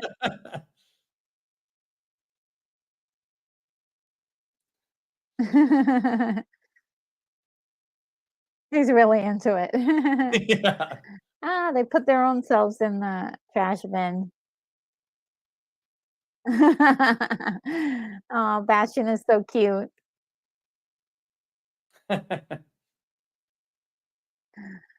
You got you naughty boys. You got your comeuppance Get in the there. garbage can. I wonder Yeah. how many takes that was because they would have had to jump in there right as that whatever it was passed by. They didn't have drones back then. I wonder Oh, what yeah, did they you're right. use? What did they use Yeah. to film that? Yeah, that's a good question. Oh, where's my mouse? So, yes, guys. Wow, wow, wow, wow, wow, wow, wow. That was so good. Boom, Um, bum, bum. let's see if I Yeah, we did it. can. The We story has did not it. ended. And let's see, that's more like it. Woohoo! That was fantastic. Oh my goodness. Yay! And yes, That I was awesome. This love this was a that. real trip down memory lane for me. Yes, yeah, it's so good. And just remembering some of the first thoughts about, seeing this movie, and also like all the other times, hundreds of times I've seen it, and just like how much fun it was to see this kind of a fantasy story, um, for kids.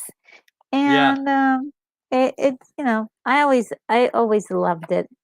There were so many fantasy stories that I absolutely adored, like Willow and Labyrinth, but this one was really it has a darker flavor than the other ones, but for It some does. reason, I just loved it.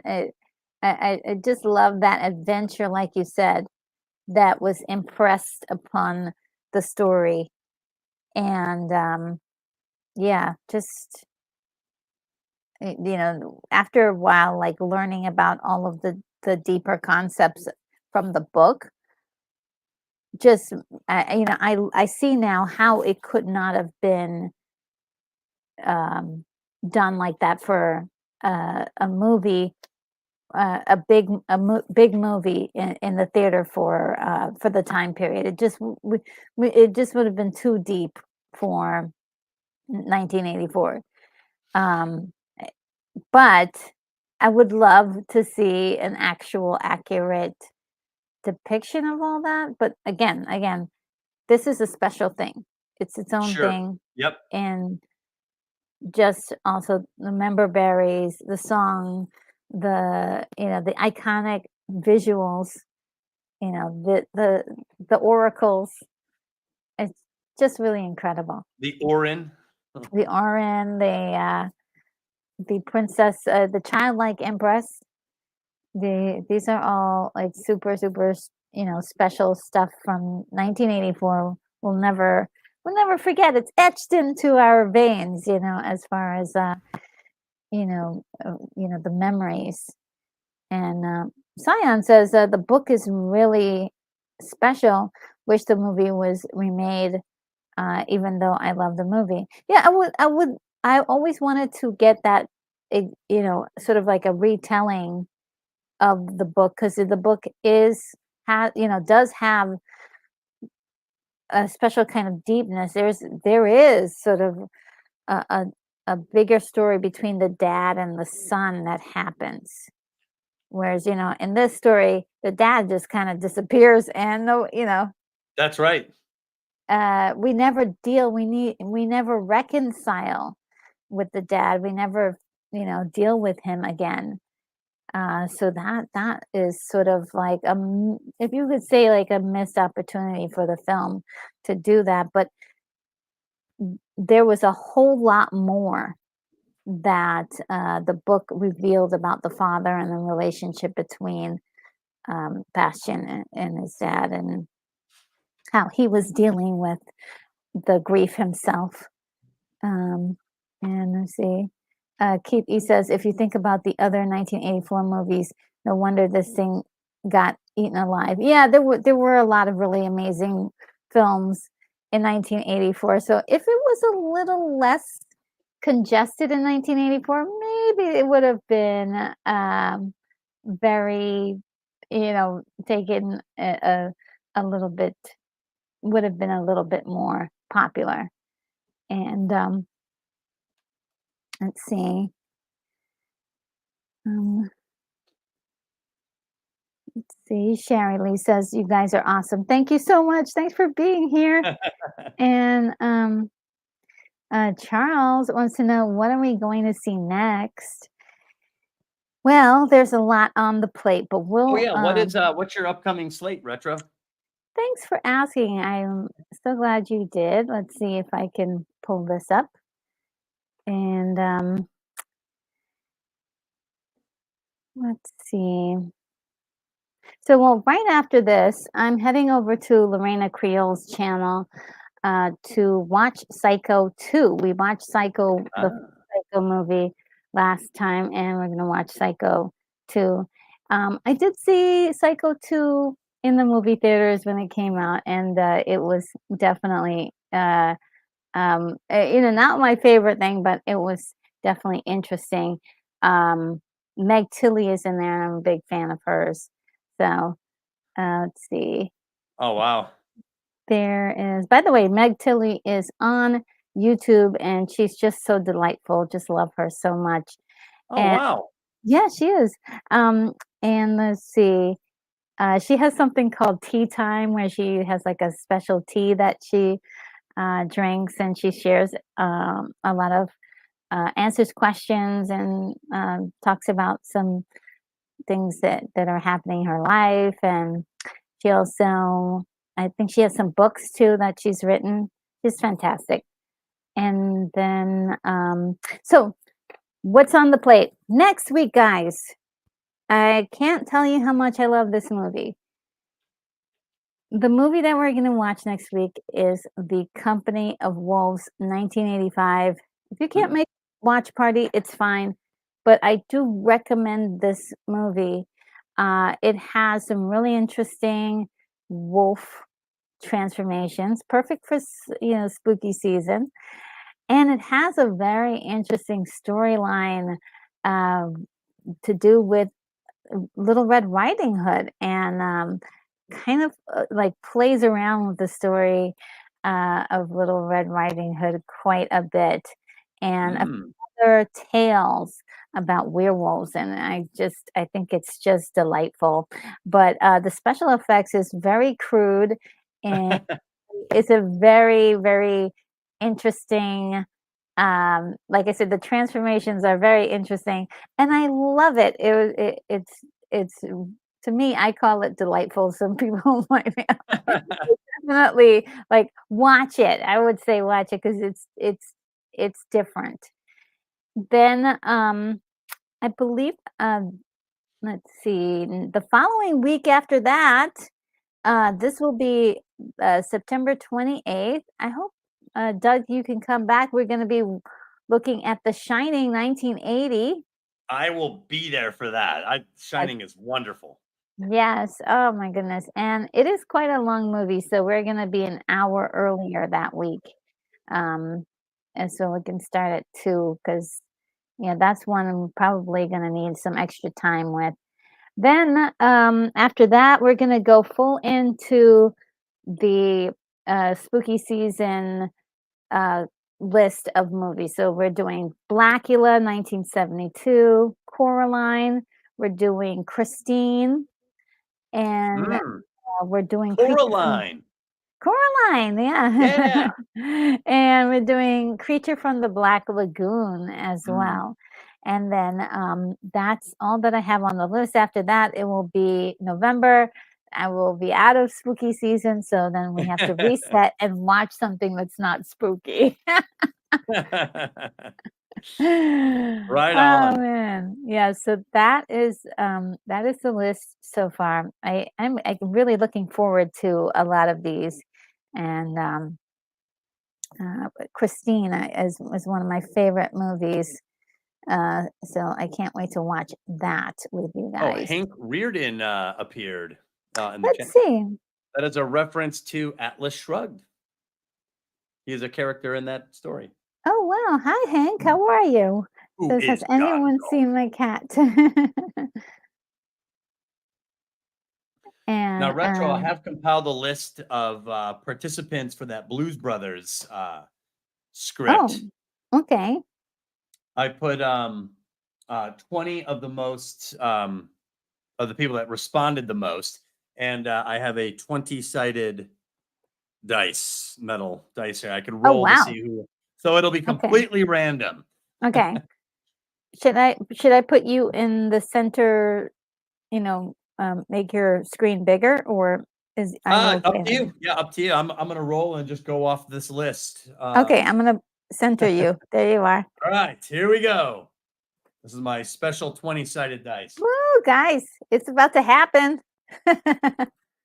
Emily Kruger. Wow, Emily! Yes, Emily Kruger won. So All right, awesome. and then Retro. Go ahead.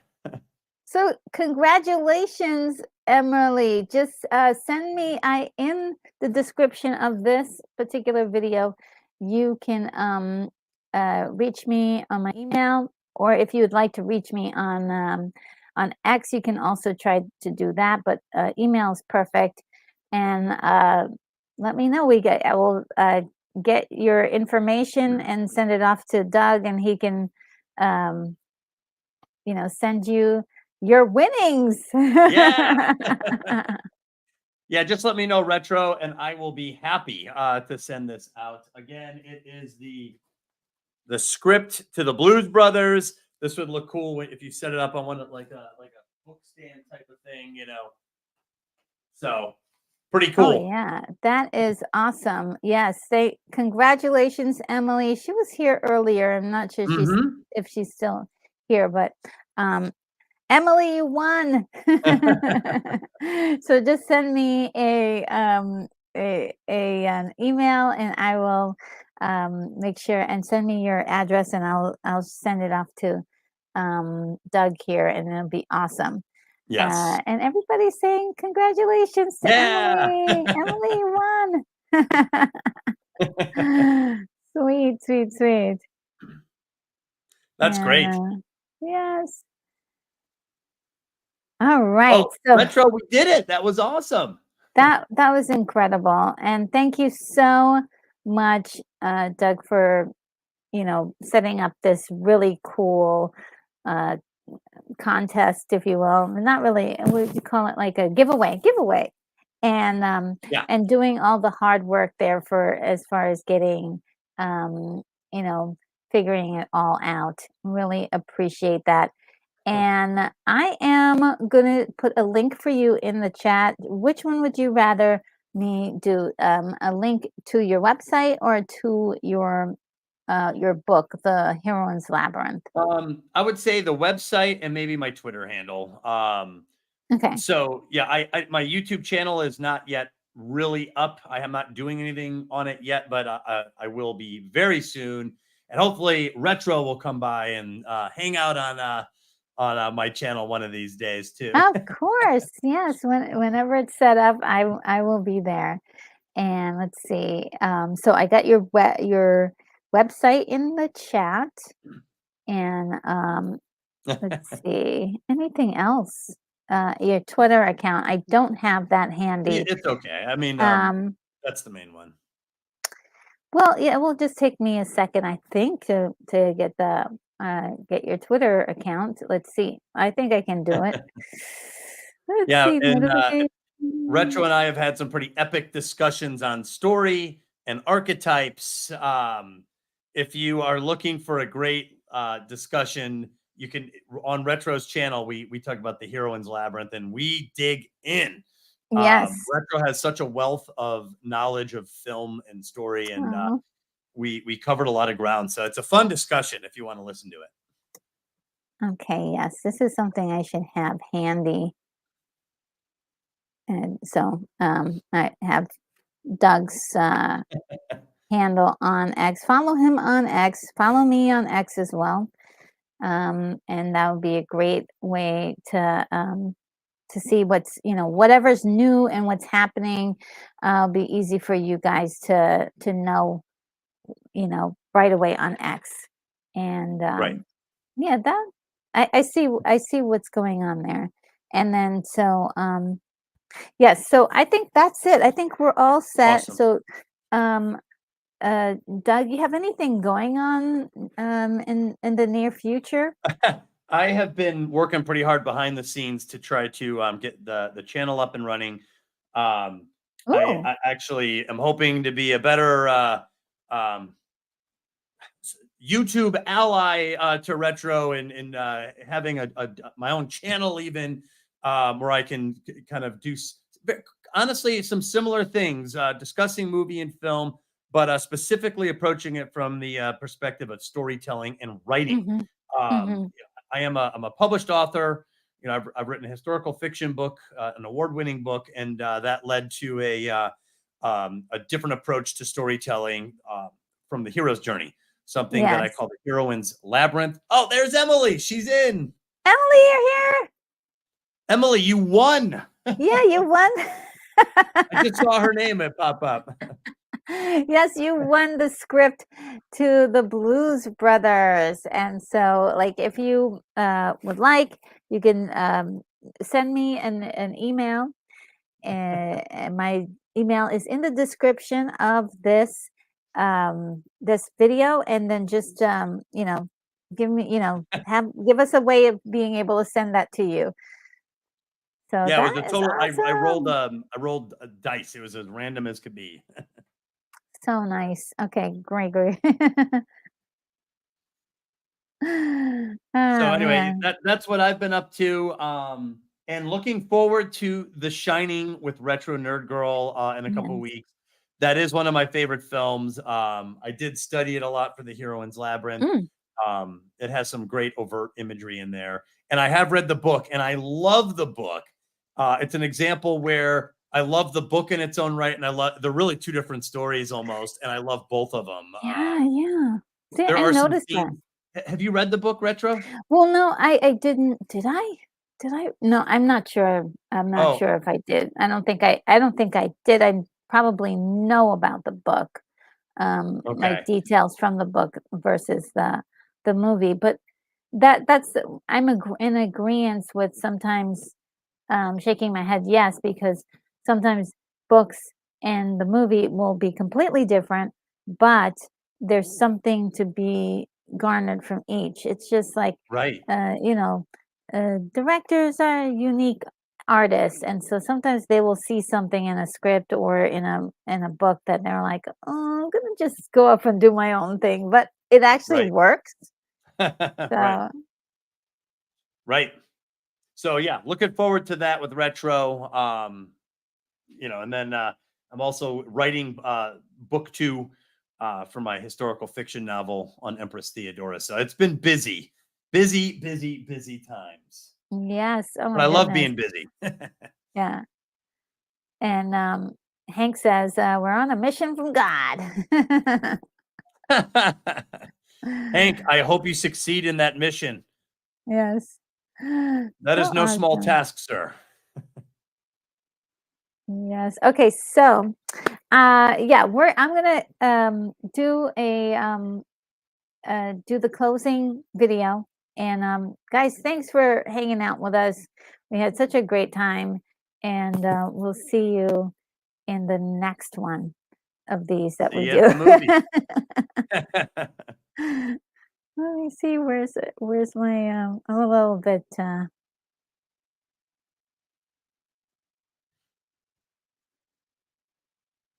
we go.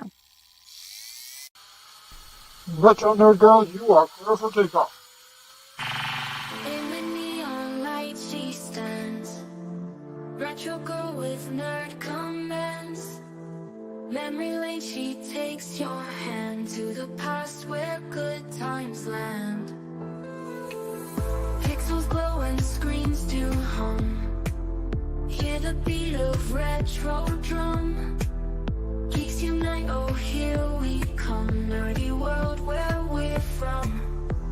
Retro logo leads the way, in the night to yesterday. All the nerds come out to play, she's the light, won't go away. Film and movies on rewind, good old days in nerdy mind. Retro nerd girl you will find, guiding us all intertwined. Joystick games and cosmic fights, wonders days and sleepless nights. With her everything feels right, retro glow in neon lights.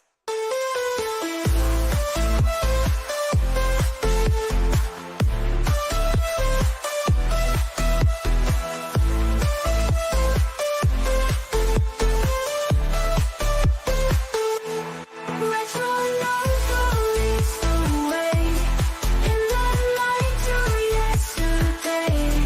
All the nerds come out to play, she's the light, won't go away.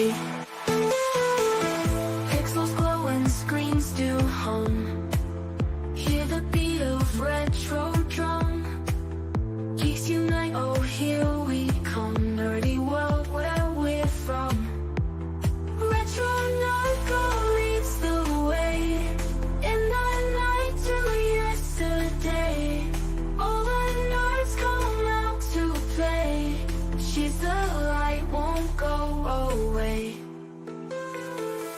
Film and movies on rewind, good old days in nerdy mind. Retro nerd girl you will find, guiding us all intertwined.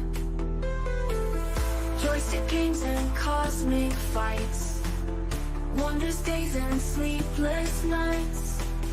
With her everything feels right. Retro glow in neon light.